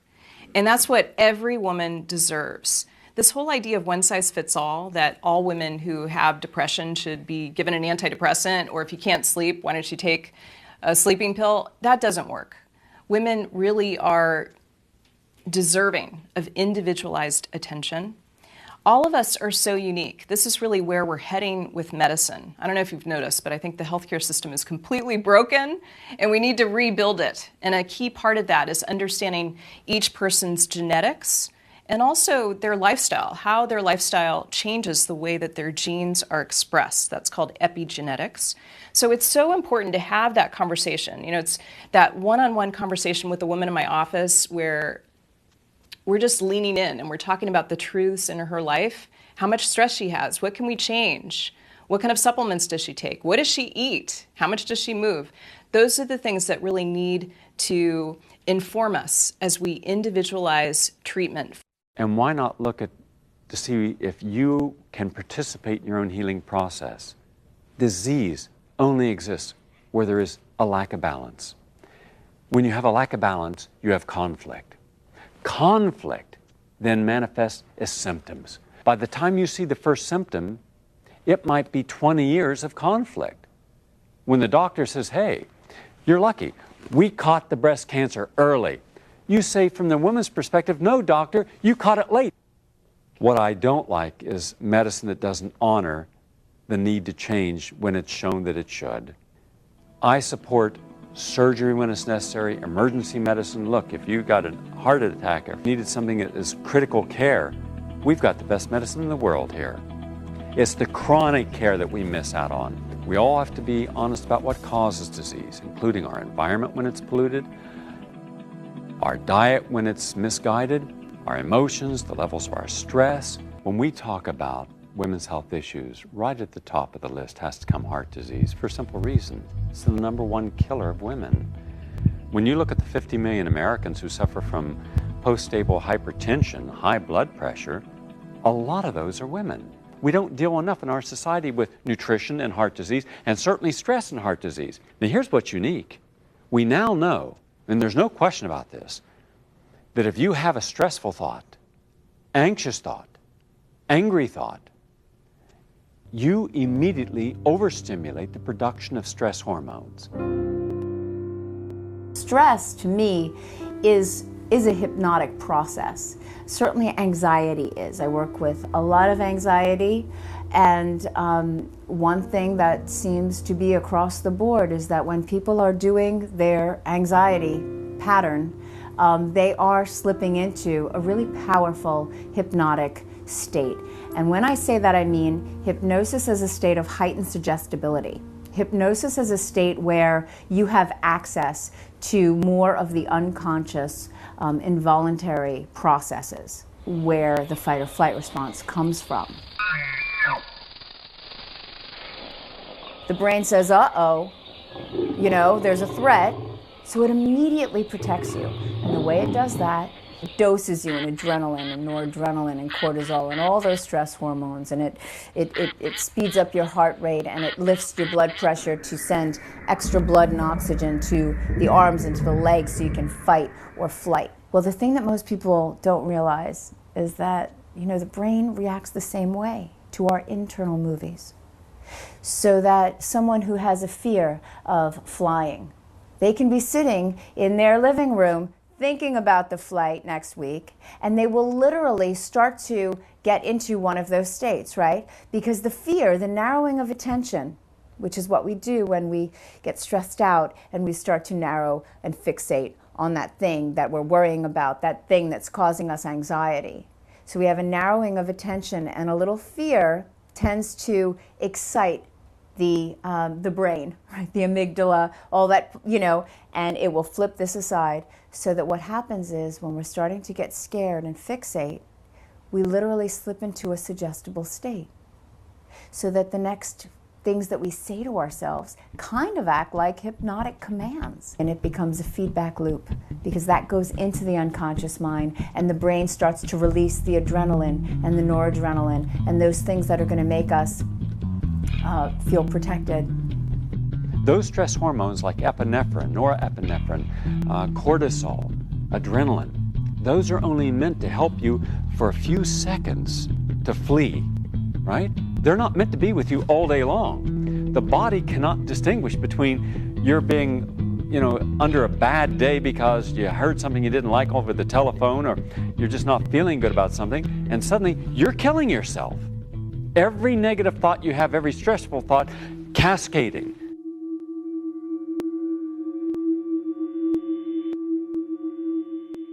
There's so many ways that you can manage your cortisol so that it's not managing you.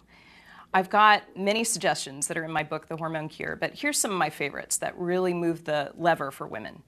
Number one, there's a supplement called rhodiola, and it's one of the herbs that is most proven to help women with their cortisol levels. Another thing I suggest is that you are getting omega-3s. Now you can get it from fish oil, krill oil, vegetarian sources of omega-3s. That really helps you as well with your cortisol level. Another suggestion is phosphatidylserine. What was found, and it's very interesting because this brings up the point about how hormones are non-linear. They're not simple. They're not the way that you might think. More is not necessarily better. Phosphatidylserine at 400 milligrams is very effective at lowering cortisol levels. But if you go higher, 800 milligrams is not as effective. So those are some of the strategies that I think are very effective. I'll mention one last one. Orgasm. Orgasm reduces your cortisol levels because it raises oxytocin, that hormone of love, bonding, and connection that's so important for the female body. Now, if you had no skin and you could look into a transparent body and you could see all these trillions of biochemical processes every second and they were destructive, you could see the cells dying because of cortisol. You could see your brain chemistry changing because of cortisol. When you start playing with the brain and the brain chemistry, you really get into some deep water, because when you start thinking stressful thoughts, normal brain chemistry shifts. And now you've got negative brain chemistry. Whereas if you thought positive thoughts, happy thoughts, constructive thoughts, empowering thoughts, motivating thoughts, then the brain chemistry elevates up, because the hormones you're secreting are all constructive hormones, not destructive. That's why when we say, you're killing yourself from stress, that's what we mean. You literally do kill yourself. So dealing with stress is a crucial part of the healing process, and one that cannot be avoided or denied anymore. The doctor's looking for obvious, gross problems. But unless he does detailed examination, they'll never know how sick you are. They can't see your arteries clogging up. You could have clogged arteries for 25 and 30 years, getting smaller and smaller and smaller, and then one day your arteries like that, your blood pressure is having a hard time getting through there, boom. You're only going to find the first symptom that you're sick with a heart attack or a stroke. I want to share with you some protocols that I've created that have helped other people with heart disease. And do them in stages. I understand that not everybody can do everything, and I'm not suggesting you have to do everything, but I am suggesting that if you really take your time and you take one step at a time, and you decide, for instance, that with these protocols, you're going to do at least some of this every single week, and you're going to move more in every month. You want to have a healthy heart, and I'm going to get into this protocol, you've got to get rid of the animal fats and put in the vegetable fats, olive oil. I'm not even going to restrict you in olive oil, all right? And flaxseed oil. I want you to have this stuff. This is healing. And oil of primrose and walnut oil and avocado oil. Plenty good oils to eat, but because they have essential fatty acids our body can use to help protect our heart. That's right. And the oil of salmon. Did you know that salmon oil helps protect your heart from heart attacks, lowers your blood pressure? It's great for hormone balance. Do you know one of the best things in the world to help your hormone balance is oil of primrose? Those are the oils we want. Now, there are other things that will help you if you have heart disease. I'm just going to give you a list. And there's good literature out there, there's good reading that will help you in your journey. These are all natural nutrients. One is called coenzyme Q10. It gives extra energy to the heart. It builds up your immune system. It's powerful. Between 100 and 300 milligrams a day, whoa, could we help people with heart conditions. Vitamin E, 400 to 800 units. Vitamin B1, 25 to 50 milligrams. Vitamin C, buffered. So when you're smoking, drinking, eating a processed diet, there's no vitamin C in it. And as a result, your skin begins to sag, and free radicals create the wrinkles. You start getting that kind of ruddy look. Vitamin C changes all that. Now, L-carnitine. L-carnitine is an essential nutrient that also protects the heart. I would suggest anybody who has heart disease consider L-carnitine, generally between 500 to 1,500 milligrams. Now, as a runner, as an athlete, I always take L-carnitine before I work out, and coenzyme Q10, and finally, lecithin. Lecithin is essential too. And don't forget their stress management, being able to do, let's say, relaxation techniques. You got to hit the pause button. So there's so many different ways that you can do that. I don't like to tell people, hey, you got to meditate. It's non-negotiable. I like to give people an a la carte menu of many different strategies.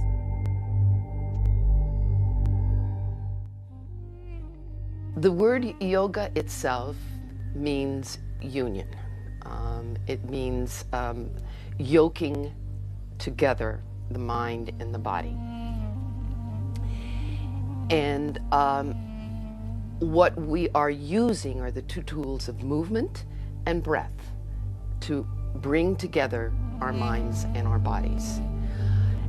I would like to say that that happens on an experiential level when we think about how our minds, when they are cluttered and chattering away with us and full of noise and distraction, that if we begin to take our breath and slow it down and modify it and breathe smoothly and slowly, that automatically that mind will follow the breath. An agitated mind cannot exist in the presence of a calm, soothing breath. In my own practice, I teach meditation, and I see meditation having immediate, tangible effects for people, where many aspects of their lives are improved, their relationships with other people, their family members, their co-workers, and their own relationship with themselves and their self-esteem. So meditation is something I highly recommend. There's been so much research and so much scientific research that supports what practitioners have known for centuries about what meditation can do. And they're imaging our brains now. There was a recent study done up at Massachusetts General Hospital about how just 8 weeks of mindfulness meditation practice can change the structure of your brain.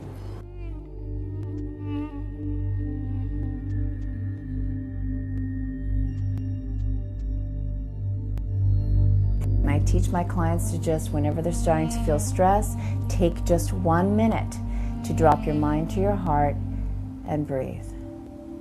And just everyone will just start to feel that kind of shift. So that's one way. Another way is to do almost the opposite of that, which is to extend outward. Now expand your peripheral vision to all the space around that screen, and then expand even more. So you get the space all the way. Imagine you can be aware of the space really far out in your peripheral vision, all the way up to the ceiling, below to the floor, expanding peripherally so that you can get a sense, almost imagine that you can expand even more, almost as if you could be aware of the space behind you.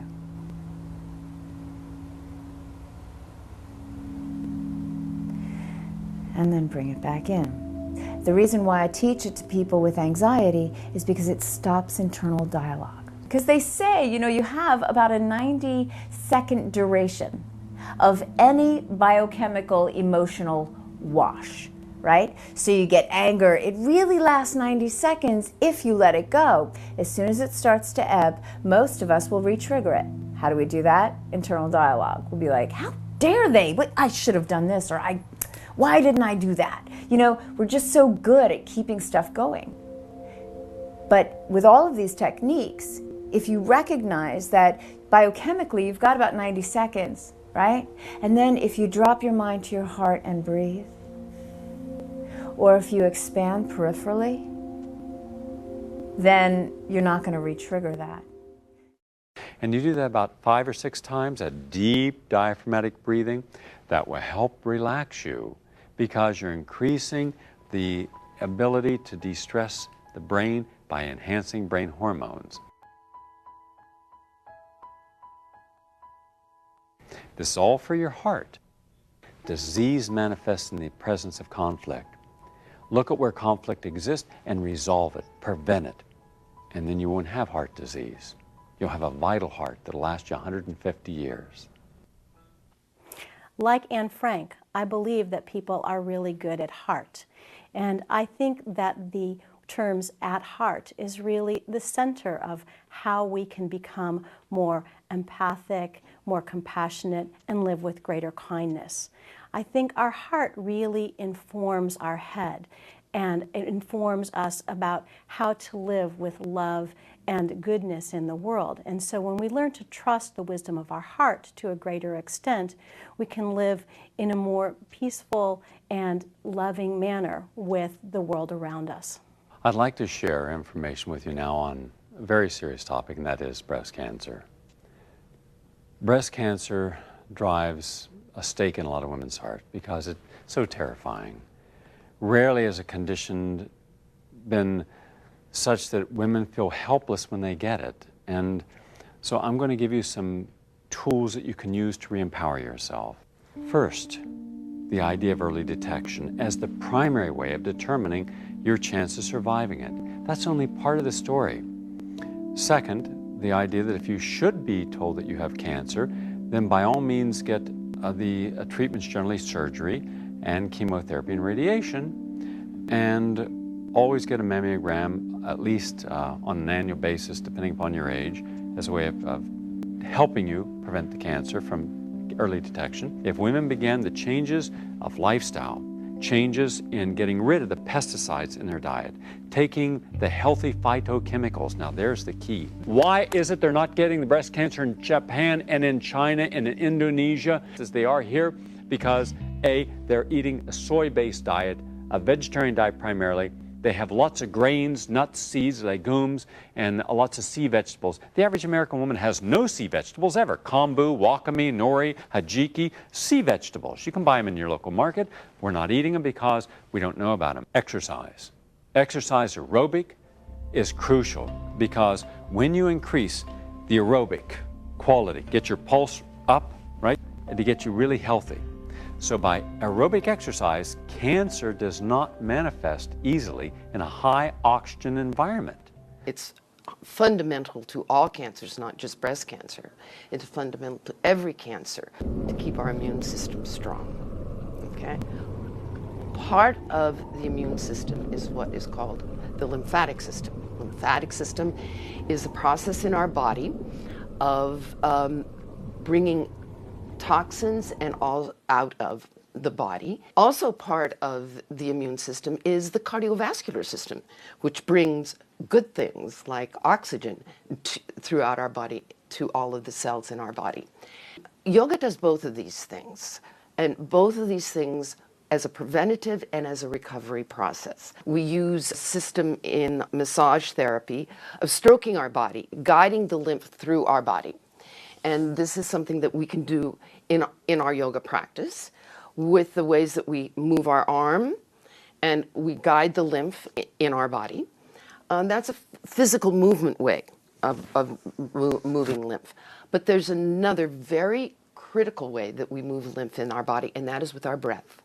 So once again, back to the principles of yoga, moving and breathing. Every time we move a muscle or a bone in our body, we are moving lymph and blood. And every time we breathe in, we are also moving lymph through our body, right through the center of our body with that deep diaphragmatic breath. So in terms of cancer prevention and also recovery, breathing and movement are critical and fundamental to keeping the immune system strong. But when you're sedentary, and you're smoking and taking alcohol and eating sugar, things that create an acid base in your body. Acid. It's not good. You want alkaline. And that's what you get from a vegetarian diet and exercise. All right? Cleanses the body. You get toxins out of the body faster. And you burn them out, get them out. And you also want to detox. Now, when I talk about detoxification, I'm not talking about alcohol. I'm talking about cleansing the system. Everyone I work with now, for the first 6 months, I put them on a cleansing program. First, it's eliminate. You must eliminate all the things that are bad for you. All right? And you know what they are. You know, all the pastries and the candies and the sugar and the ice creams and the coffee and the bagels and the hamburgers, hot dogs, French fries. And you think, my God, Gary, that's all I eat. There's nothing left. Well, that's the problem. That's why you're sick, because that's what you do eat. And throw in occasionally an orange and think you're doing something good. And you don't take an organic apple, you take a regular apple, and they put paraffin wax, which is a cancer-causing agent, on there. So we've got to cleanse the system. Juicing. Start with 1 glass of vegetable juice per day and build up. And it can be celery and cucumber, your favorite green, and even aloe vera, and with vitamin C in it. And that's terrific as a detoxifying. And watermelon juice cleanses that system out. Great for you also. Lemon and lime, terrific, also helps prevent cancer. So take some watermelon. Put in the whole lemon, meaning the skin and the seed, because it also helps you with your candida, the yeast in the intestine. Let's go to the mind-body connection with cancer. Norman Cousins wrote an interesting book, and in that book he had a disease that was not reversible medically. And he showed that by thinking funny thoughts and watching Marx Brothers films, it changed how he felt, and ultimately he was able to overcome his condition. That's how powerful the mind is. Well, think from a woman's perspective. All of the different thoughts that will give you a sense of completeness, wholeness, an integrated sense of self that you haven't used. Think of your attitude. If you have an attitude that you're a victim, you're overwhelmed, you're overworked, you're not honoring your own life, maybe you went to school, maybe you got a career and you did it all right. You did everything you were told to do. You did not disobey anyone. And then one day you wake up and you're still feeling alone and disconnected. Hold on, I worked so hard. I've done everything. Why? Why do I still feel empty? And do you know what women frequently do when they feel empty? Work more, get busy, but move more things. They never stop for that moment of unconditional quality of self, because if you're all alone and there's no distractions, there's no noise, phones, nothing else except you, then you got to come to grips with you. So what if you just started to say, okay, here's what it comes down to. If I've lived my life up to this point, and if I do not feel fulfilled, then I'm going to change my perception and perspective about who I really am. I'm going to start honoring the real self, not the conditioned self, not the social self, not the self that everybody has relied upon. I'm going to honor the real self. Do you think you're beautiful? By what standards?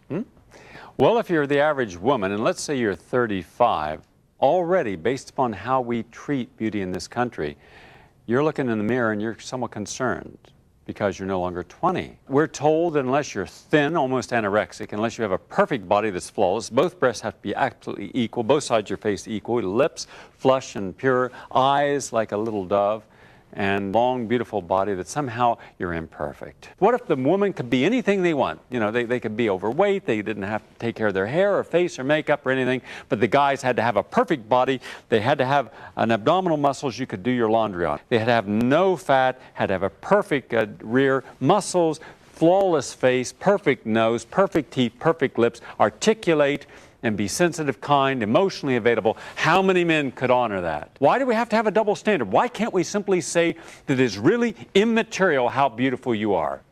It is the beauty of your spirit, it is the beauty of your nature that counts. When I lived in the Bronx, it was wonderful because I lived in a Latino neighborhood where there were many full-figured women who were hot and they were sexy. And I myself am a full-figured woman, and so I really learned a great deal about self-esteem from these women in the Bronx. And I would watch them walking down the street in their tight clothes, and I'd think, yeah, you got it going on. So I really try to encourage women of any shape or size to understand that they can feel sexy and comfortable as who they are. You got one eyebrow the right size, or whether your texture's here, whether you got a little extra pounds, so you got a couple extra pounds, right? So there are imperfections. Life is imperfect. Nothing is perfect. And we shouldn't strive for an artificial perfection. It is foolish, it's expensive, it's demeaning, and it separates men from appreciating what women really are as human beings. Make proper choices, make choices that honor your body, mind, and spirit. I believe each of us is empowered each and every moment and each and every day to make decisions that will be of benefit for ourselves and of benefit for humanity and of benefit for the planet. We can make those choices to consume less. We can make those choices to connect more with one another. What we really want to do is support our neighbors, support our communities, support the integrity of the environmental system that is around us, and support our ecosystems. And that really nourishes us and supports our hearts. cleanse and detoxify, get off the caffeine, drink lots of water, have nutrient-rich diet. And then one day you wake up, and after you've done this and you're eating natural foods, you're breaking food addictions, you're getting rid of the sugar and the caffeine and the wheat and the dairy, and you can use hypnosis if you need to, because it creates a shift in how we think about ourselves. It's a positive tool.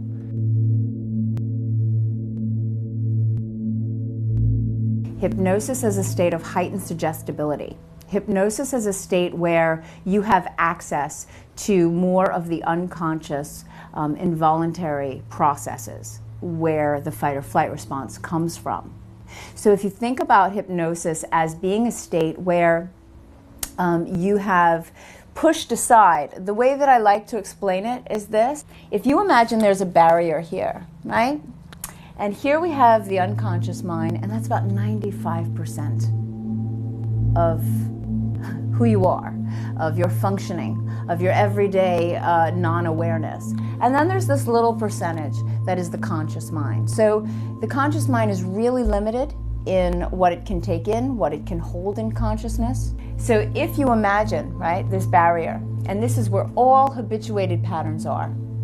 So anything done with repetition, felt with repetition, said with repetition, will become an unconscious pattern. When you're talking about making a suggestion that counters the program running, be it a pain program or a stress program, anxiety program, any habituated pattern, it becomes hard to change consciously. That's why people have a hard time changing. But in hypnosis, we push this aside, and our suggestions can go right in. Yesterday, I was counseling a mother who has had an eating disorder for years. She has bulimia. Her daughter has anorexia. Now, where's this come from? It came from her mother, who was fixated on always being skinny. So she starved herself. And in school, the daughter's about 14, I said, why do you want to starve yourself? She said, well, because thin is pretty, thin is beautiful, and fat is not. And if I'm overweight, no one's going to pay attention to me. So when you get fixated on something negative, right, you go into one of those depressive trances, which are really heavy and slow moving. And then you kind of, go deeper and deeper. I mean, that in itself is trance-inducing, right? It's just a negative trance. So there's many ways to look at that and to think about hypnosis. But to me, I think it's a state that we go in and out of all the time, and so you might want to be aware of it and aware of your own heightened suggestibility to yourself. There's some great quotes, whether you think you can or you think you can't, you're right. You know that one? It's so true. When I work with people and I hear their story, if you listen to someone's story, the story they tell themselves primarily, their therapists, their family, it's the repetitive story of what I can't do or my pain or this and that. If you listen to their story, you'll know the self-hypnosis they're already utilizing. Breaking the cycle of food addiction is crucial. And you do that by starting to reintroduce food in larger amounts. From a woman's perspective, she has to understand a guy sits down to a meal and he's going to eat until he's full. A woman never eats till she's full. A woman eats based upon what she feels her body can handle without looking overweight. And she counts calories. Men never count calories. You never see a guy count calories. He just sit down. He'll eat the plate. He'll eat the table. Eat anything that's moving. Women are very specific. Well, I can't eat that because it's got fat in it. I can't eat that because wrong. Start to eat a good vegetarian diet. You know what's going to happen? You're going to be able to eat more than what you would normally eat. I never count calories, and yet I stay fit, and all the women I counsel stay fit and lose weight if they need to, but they gain weight if they need to because they're eating what the body requires. Complex carbohydrate, good vegetarian diet, and make sure you get zinc in liquid form. Oh, there's so many misconceptions about women, and this is one that is right at the top of the list. PMS. Do you know that in the 1800s you could be put into a mental institution for suffering from PMS? Do you know that millions and millions of American women in the 1960s and 70s went to their physician talking about problems of PMS, and the doctors do a cursory exam and say there's nothing wrong with you and give them Valium, over 100 million toxic unnecessary tranquilizers were given. Take control, change your diet, and watch PMS no longer be an issue in your life. Menopause is said to begin when a woman goes through one complete year without a period. The stage before menopause, called perimenopause, may last as long as 10 years. When it comes to perimenopause, the great news here is that there are so many things you can do to reset your hormones, to get your hormones working for you, not against you. Now, there's many hormones that are involved in the symptoms of perimenopause: progesterone, estrogen, testosterone. All of those hormones can be reset with the way that you eat, move, think, and supplement. You don't necessarily need to jump to taking hormones. You want to make sure that your estrogen and progesterone are in good balance, that you don't have too much estrogen compared to progesterone or too little estrogen. You want it in the sweet spot where it's not too high and not too low. There's many ways to do that. One important one is to make sure that you're getting enough fiber. And for women, I recommend 35 to 45 grams of fiber a day. Most women in the US get about 14 grams a day. So this is a very important piece of helping you with your memory and with your estrogen and progesterone levels. We've been led to believe that as you age and when you hit menopause, your ovaries simply dry up. They cease having any use, no longer secreting the hormones that once kept you young and vital, so you can take them out, all right? Wrong.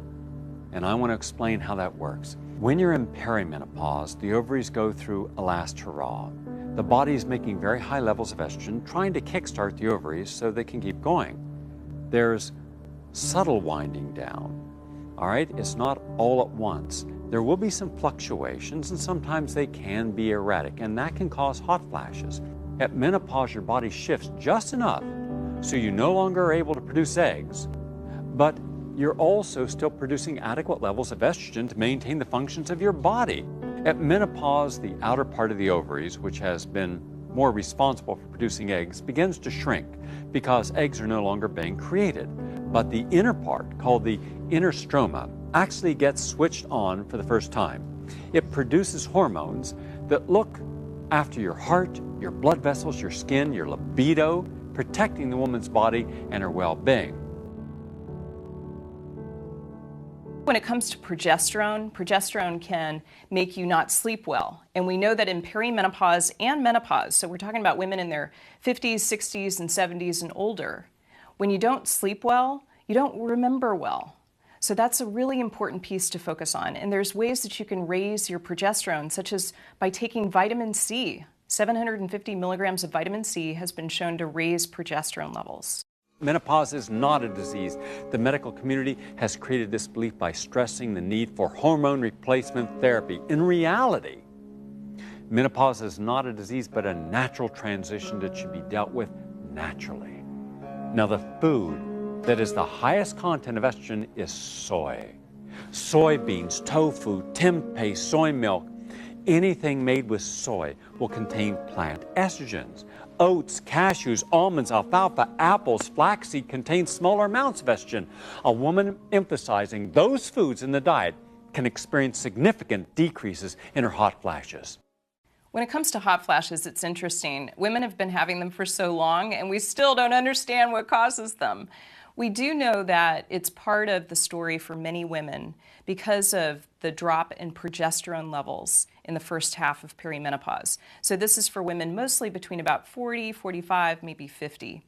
In the second half of perimenopause, when estrogen starts to go down, it doesn't seem that this is as related to hot flashes, but one of the most important drivers for women who are going to have hot flashes versus not suffer with hot flashes is how much stress a woman has and how much cortisol she has. So women who are really exhausted, who push the pedal to the metal, and believe me, I can relate to this because I've got adrenal fatigue and recovery. When you have that, it tends to make hot flashes much worse.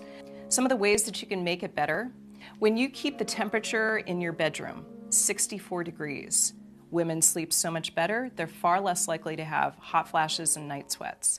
There's a technique, there was a great randomized trial, which is the best evidence that you can have when it comes to women in health. There was a randomized trial showing that breathing, when you breathe for 20 minutes and you take a 5-second inhale, you can even do that with me right now, and a 5-second exhale, When you do that for 20 minutes twice a day, it reduces hot flashes by 50%. That's pretty dramatic. So many of these techniques, I think, are what you should start with first. They're foundational for reversing hot flashes. Sugar, you've heard me say it, can cause hot flashes and other menstrual symptoms that should be avoided completely. Sugar, coffee, alcohol adversely affect the blood sugar and can disturb the emotions. In addition, a number of fruits and vegetables are particularly high in phytochemicals, plant chemicals, and phytohormones. These include apples, grapefruits, lemons, pears, peaches, and a wide variety of vegetables that are high in fiber and loaded with phytochemicals. I found that a diet with the right amount of proteins, fats, and low glycemic carbohydrates not only helps regulate sex hormone production, but it also helps to balance the hormone response to food, which I think is critical to keeping blood sugar levels stable. And a level blood sugar helps prevent perimenopausal symptoms like depression, mood swings, hot flashes, and that it encourages weight loss without any effort. And vitamin E. This vitamin is known for its ability to rejuvenate the reproductive system and alleviate hot flashes. And finally, progesterone oxygenates the cells. Now, pregnenolone helps the body create female hormones. And DHEA, natural DHEA found in wild yam extract preparations, rejuvenates the body.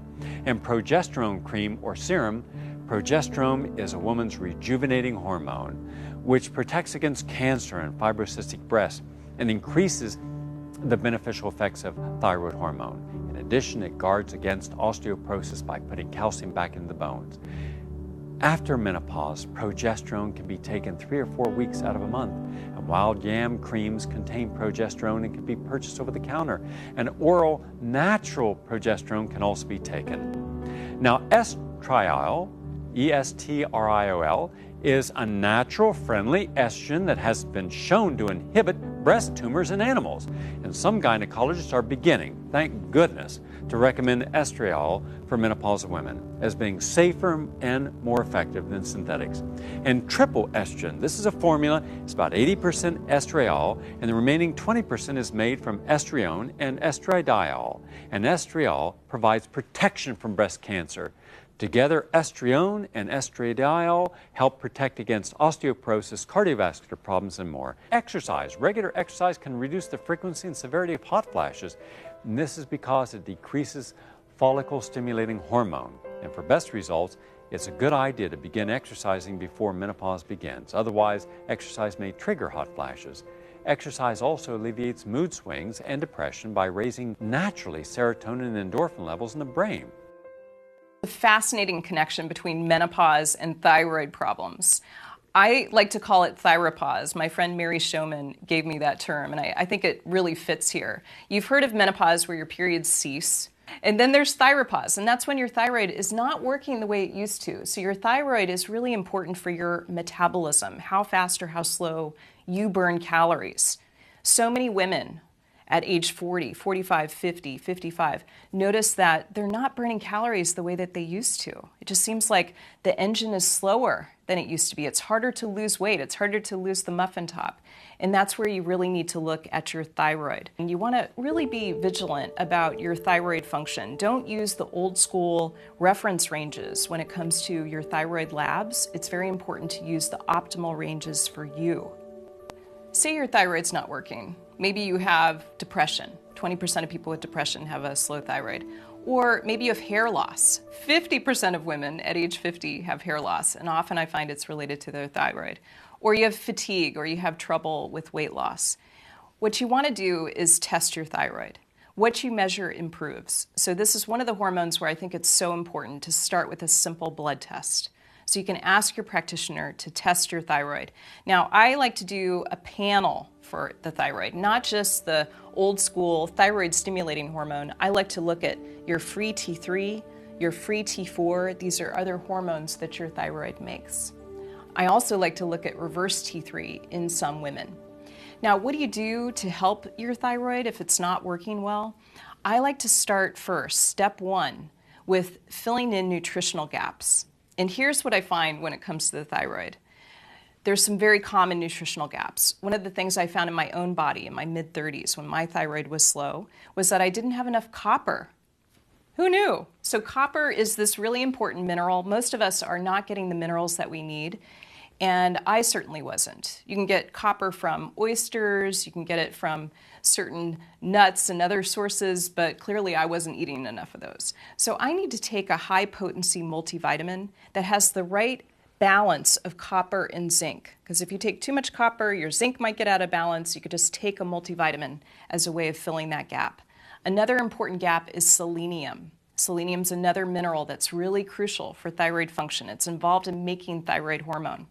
And then my absolute favorite celebrity vitamin is vitamin D. So vitamin D is such a crucial part of thyroid function as well as many other hormones. You know, it helps you in so many ways with maintaining your bone mass and preventing osteoporosis, but here it's really involved with keeping your thyroid healthy. Millions of American women believe that they are going to suffer from osteoporosis, a thinning of the bones. And as a result, most of them are going to end up taking some form of estrogen replacement therapy. The 5 leading nations in the world that consume the most dairy, including the United States, and Germany, and the England, for example, and France, we also have the most osteoporosis. And yet, the 5 nations that consume almost no dairy have almost no osteoporosis. Well, if we're told we need more calcium, and dairy is a good source of calcium, and to prevent osteoporosis, take dairy, then we shouldn't have any osteoporosis. But we do have it, so it's not dairy that's preventing it. And partly it's because A, dairy is highly allergenic in many people, and B, because it's deficient in magnesium. And it's magnesium that we needed, and boron, and phosphorus, and manganese. Simple minerals that we could get from a well-balanced diet or supplementation. Now then you're taking soft drinks, and we are a nation that really consumes a lot of soft drinks. And the soft drinks have phosphoric acid. Well, when you take the soft drink, it has that phosphoric acid, and you take the hamburger or cheeseburger or hot dog or whatever meat you're having, or chicken, the two together, high protein and phosphorus, chelate out calcium. As a result, zinc, calcium, and copper are out of the system. So I'm suggesting that when we give up the soft drinks, give up the caffeine, give up the meat, and instead have good quality vegetables and grains and nuts and seeds and legumes, then we're not going to have that osteoporosis. Another way that yoga works to keep the immune system strong is to keep our bones strong. And the ways we do that in yoga are really also quite simple. It's not perhaps movement, but non-movement. So where we use our muscles to not move, to stand strong in one position. One way of doing that is to stand on one leg. And when we do that, we are using muscles to stand upright on one leg. We need the movement of blood to those muscles to have them hold us there. So we need the breath to keep moving, the oxygen into our cardiovascular system, so it will do that. We also are using what is called the weight bearing of building bone in our body when we take and stand on one leg. It's well researched and known for a long time that bone building, bone loss occurs as we get older with the loss of estrogen in our body. And so when the bones begin to get fragile and break down, what we want to do is to build them up again. Bone is built in a process called the synapses between the osteoblasts and the osteoclasts. Osteoblasts build bone, and osteoclasts get rid of old bone. And so when we put weight on our bones, those bone cells are put into a synapses where they begin to work to build new bone together. And that is one way yoga can be very simply and easily a way to prevent osteoporosis and to build bone. You're forcing magnesium, calcium into that bone, mineralizing it. You need that kind of little pressure exercise, resistant exercise. It's not difficult to prevent osteoporosis. After all, the Chinese are doing it, the Japanese are doing it, the Philippines are doing it, the Africans are doing it, the South Americans are doing it, and vegetarians are doing it. Yes, that's right. Vegetarians have far less osteoporosis than the rest of the population.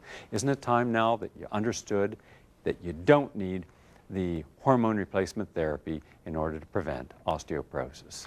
Remember, when it comes to estrogen and progesterone, we've got a shameful past. 57 years of prescribing conjugated equine estrogen, medroxyprogesterone acetate, before we had a randomized trial. Now, when it comes to testosterone, the longest randomized trial we have is 6 months. That's why the FDA did not approve the testosterone patch for women. So you want to be cautious. You don't want to just immediately dive into taking a prescription. Look upstream. It's a much smarter way to work with the intelligence of the body. So we're talking about adjusting your cortisol, reducing your stress, filling in those nutritional gaps, trying some of the herbal therapies that help you feel in balance. I'm led to believe that we're merely mechanistic beings. We're mechanical. We're just some cells put together. And to correct the cells, well, you have to go in and give them some kind of therapy. I say that's only a small, tiny part of what's wrong with us. We are also physical, emotional, spiritual beings. We've got to work on that part too. And working on that part is what this part is about, helping you gain the power to have self-confidence to make the right choices in your life. Because when you're doing something psychologically and you're doing something emotionally and you're having positive talk and you're having positive relationships and you're honoring what really works in your life, then where have you created imbalance? Because it's only with imbalance you create conflict, and with conflict, disease. At least 50% of every equation is your beliefs. What do you believe in? The power of believing in the right thing and energizing that and committing yourself to it, that is as important as everything else combined. Now put the two together. Put the change in diet, exercise, stress management, put all that in with a positive belief system, and boom, you've got healing. Have the courage to ask yourself the question that could open up a whole new door in your life, a potential for healing. The first question, what excuses do you use to keep yourself from living your dreams? How often have you said, okay, I'd have a dream, but maybe I don't have the education, or maybe I'm a woman of color, or maybe I'm too old to do something that I would have done earlier in life, but I didn't do it, so now I'm too old. Think of the excuses. You don't know something, so the assumption is you don't know how to do something, you couldn't learn how to do it. I'm saying there should be no excuse for you not doing anything you want to do. If one person can do it, anybody can do it. Why in our society have we made women feel that they have a moral responsibility to men and to their family to make it work when it's not working? We're still inundated with patriarchal views in our society. The more that we can step into our own self-esteem and the more that we step into our empowerment, the more that we can really find our own personal self-expression and move beyond those roles which are really limiting, both in our sexual expression and in our other expression in the world, in our workplace world and in our family life. I'm saying let's start getting to the idea where we stop doing everything for everyone else and have properly shared responsibilities in our life, because at the end of the day, one of the reasons you don't diet properly and eat right, and one of the reasons you're not doing meditation is because you have no time left for you. You're more important in your career, and you should never make your career more important in your life. So when we look at things that fail, do not beat up on yourself. Everything in life fails. When you see anything, you're seeing the end stage of a process of mastery. Why then should we beat up on ourselves when we do something wrong, say something wrong, or feel something that's not in our best interest? We're merely a work in progress, so forgive yourself for being human. Women have been led to believe they're nobody until somebody loves them. All right?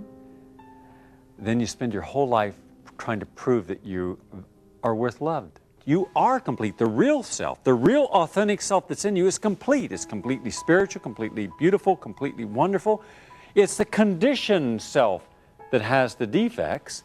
You cannot make yourself whole in the conditioned self, but you can in the real self. So get real. Get with what is uniquely you and say, I don't need anyone else telling me I'm a nice person or a loving person. I am that person. I'm happy with me. You as a woman have the right to determine what you want in your life and what you want to exclude, what you want to believe in and what you want no longer to accept. Now you know what has limited you. You know the falseness of many of the beliefs. You know the conditioning of your mind. You know how it's caused disease and disharmony. So you open the door of innate knowledge. You're curious about all these other systems of belief, and you take a step forward into a new millennia of new enlightenment. But you're still holding yourself back out of fear. Will I be respected if I make choices on my own? Will I be accepted if I boycott things or make positive political statements? The next generation of daughters and granddaughters deserve for you to walk forward. When you're not afraid to make one step, then you're going to make another step and another step and another step. There was a time just 20 years ago when women were forbidden from running in any marathon because doctors, male doctors, said your body can't handle it. Well, today the majority of marathon runners are women because physiologically they're better adapted at running a marathon. I'm saying embrace the best that you are. I began this program asking the men to leave the room. However, I really hoped a lot of men would watch too. If you're one of them, thank you. Now you'll be part of empowering your partner to enjoy the best life possible with a greater understanding of conditions specific to women and how you can together create the most balanced and fulfilled life possible and embrace the power and beauty of women.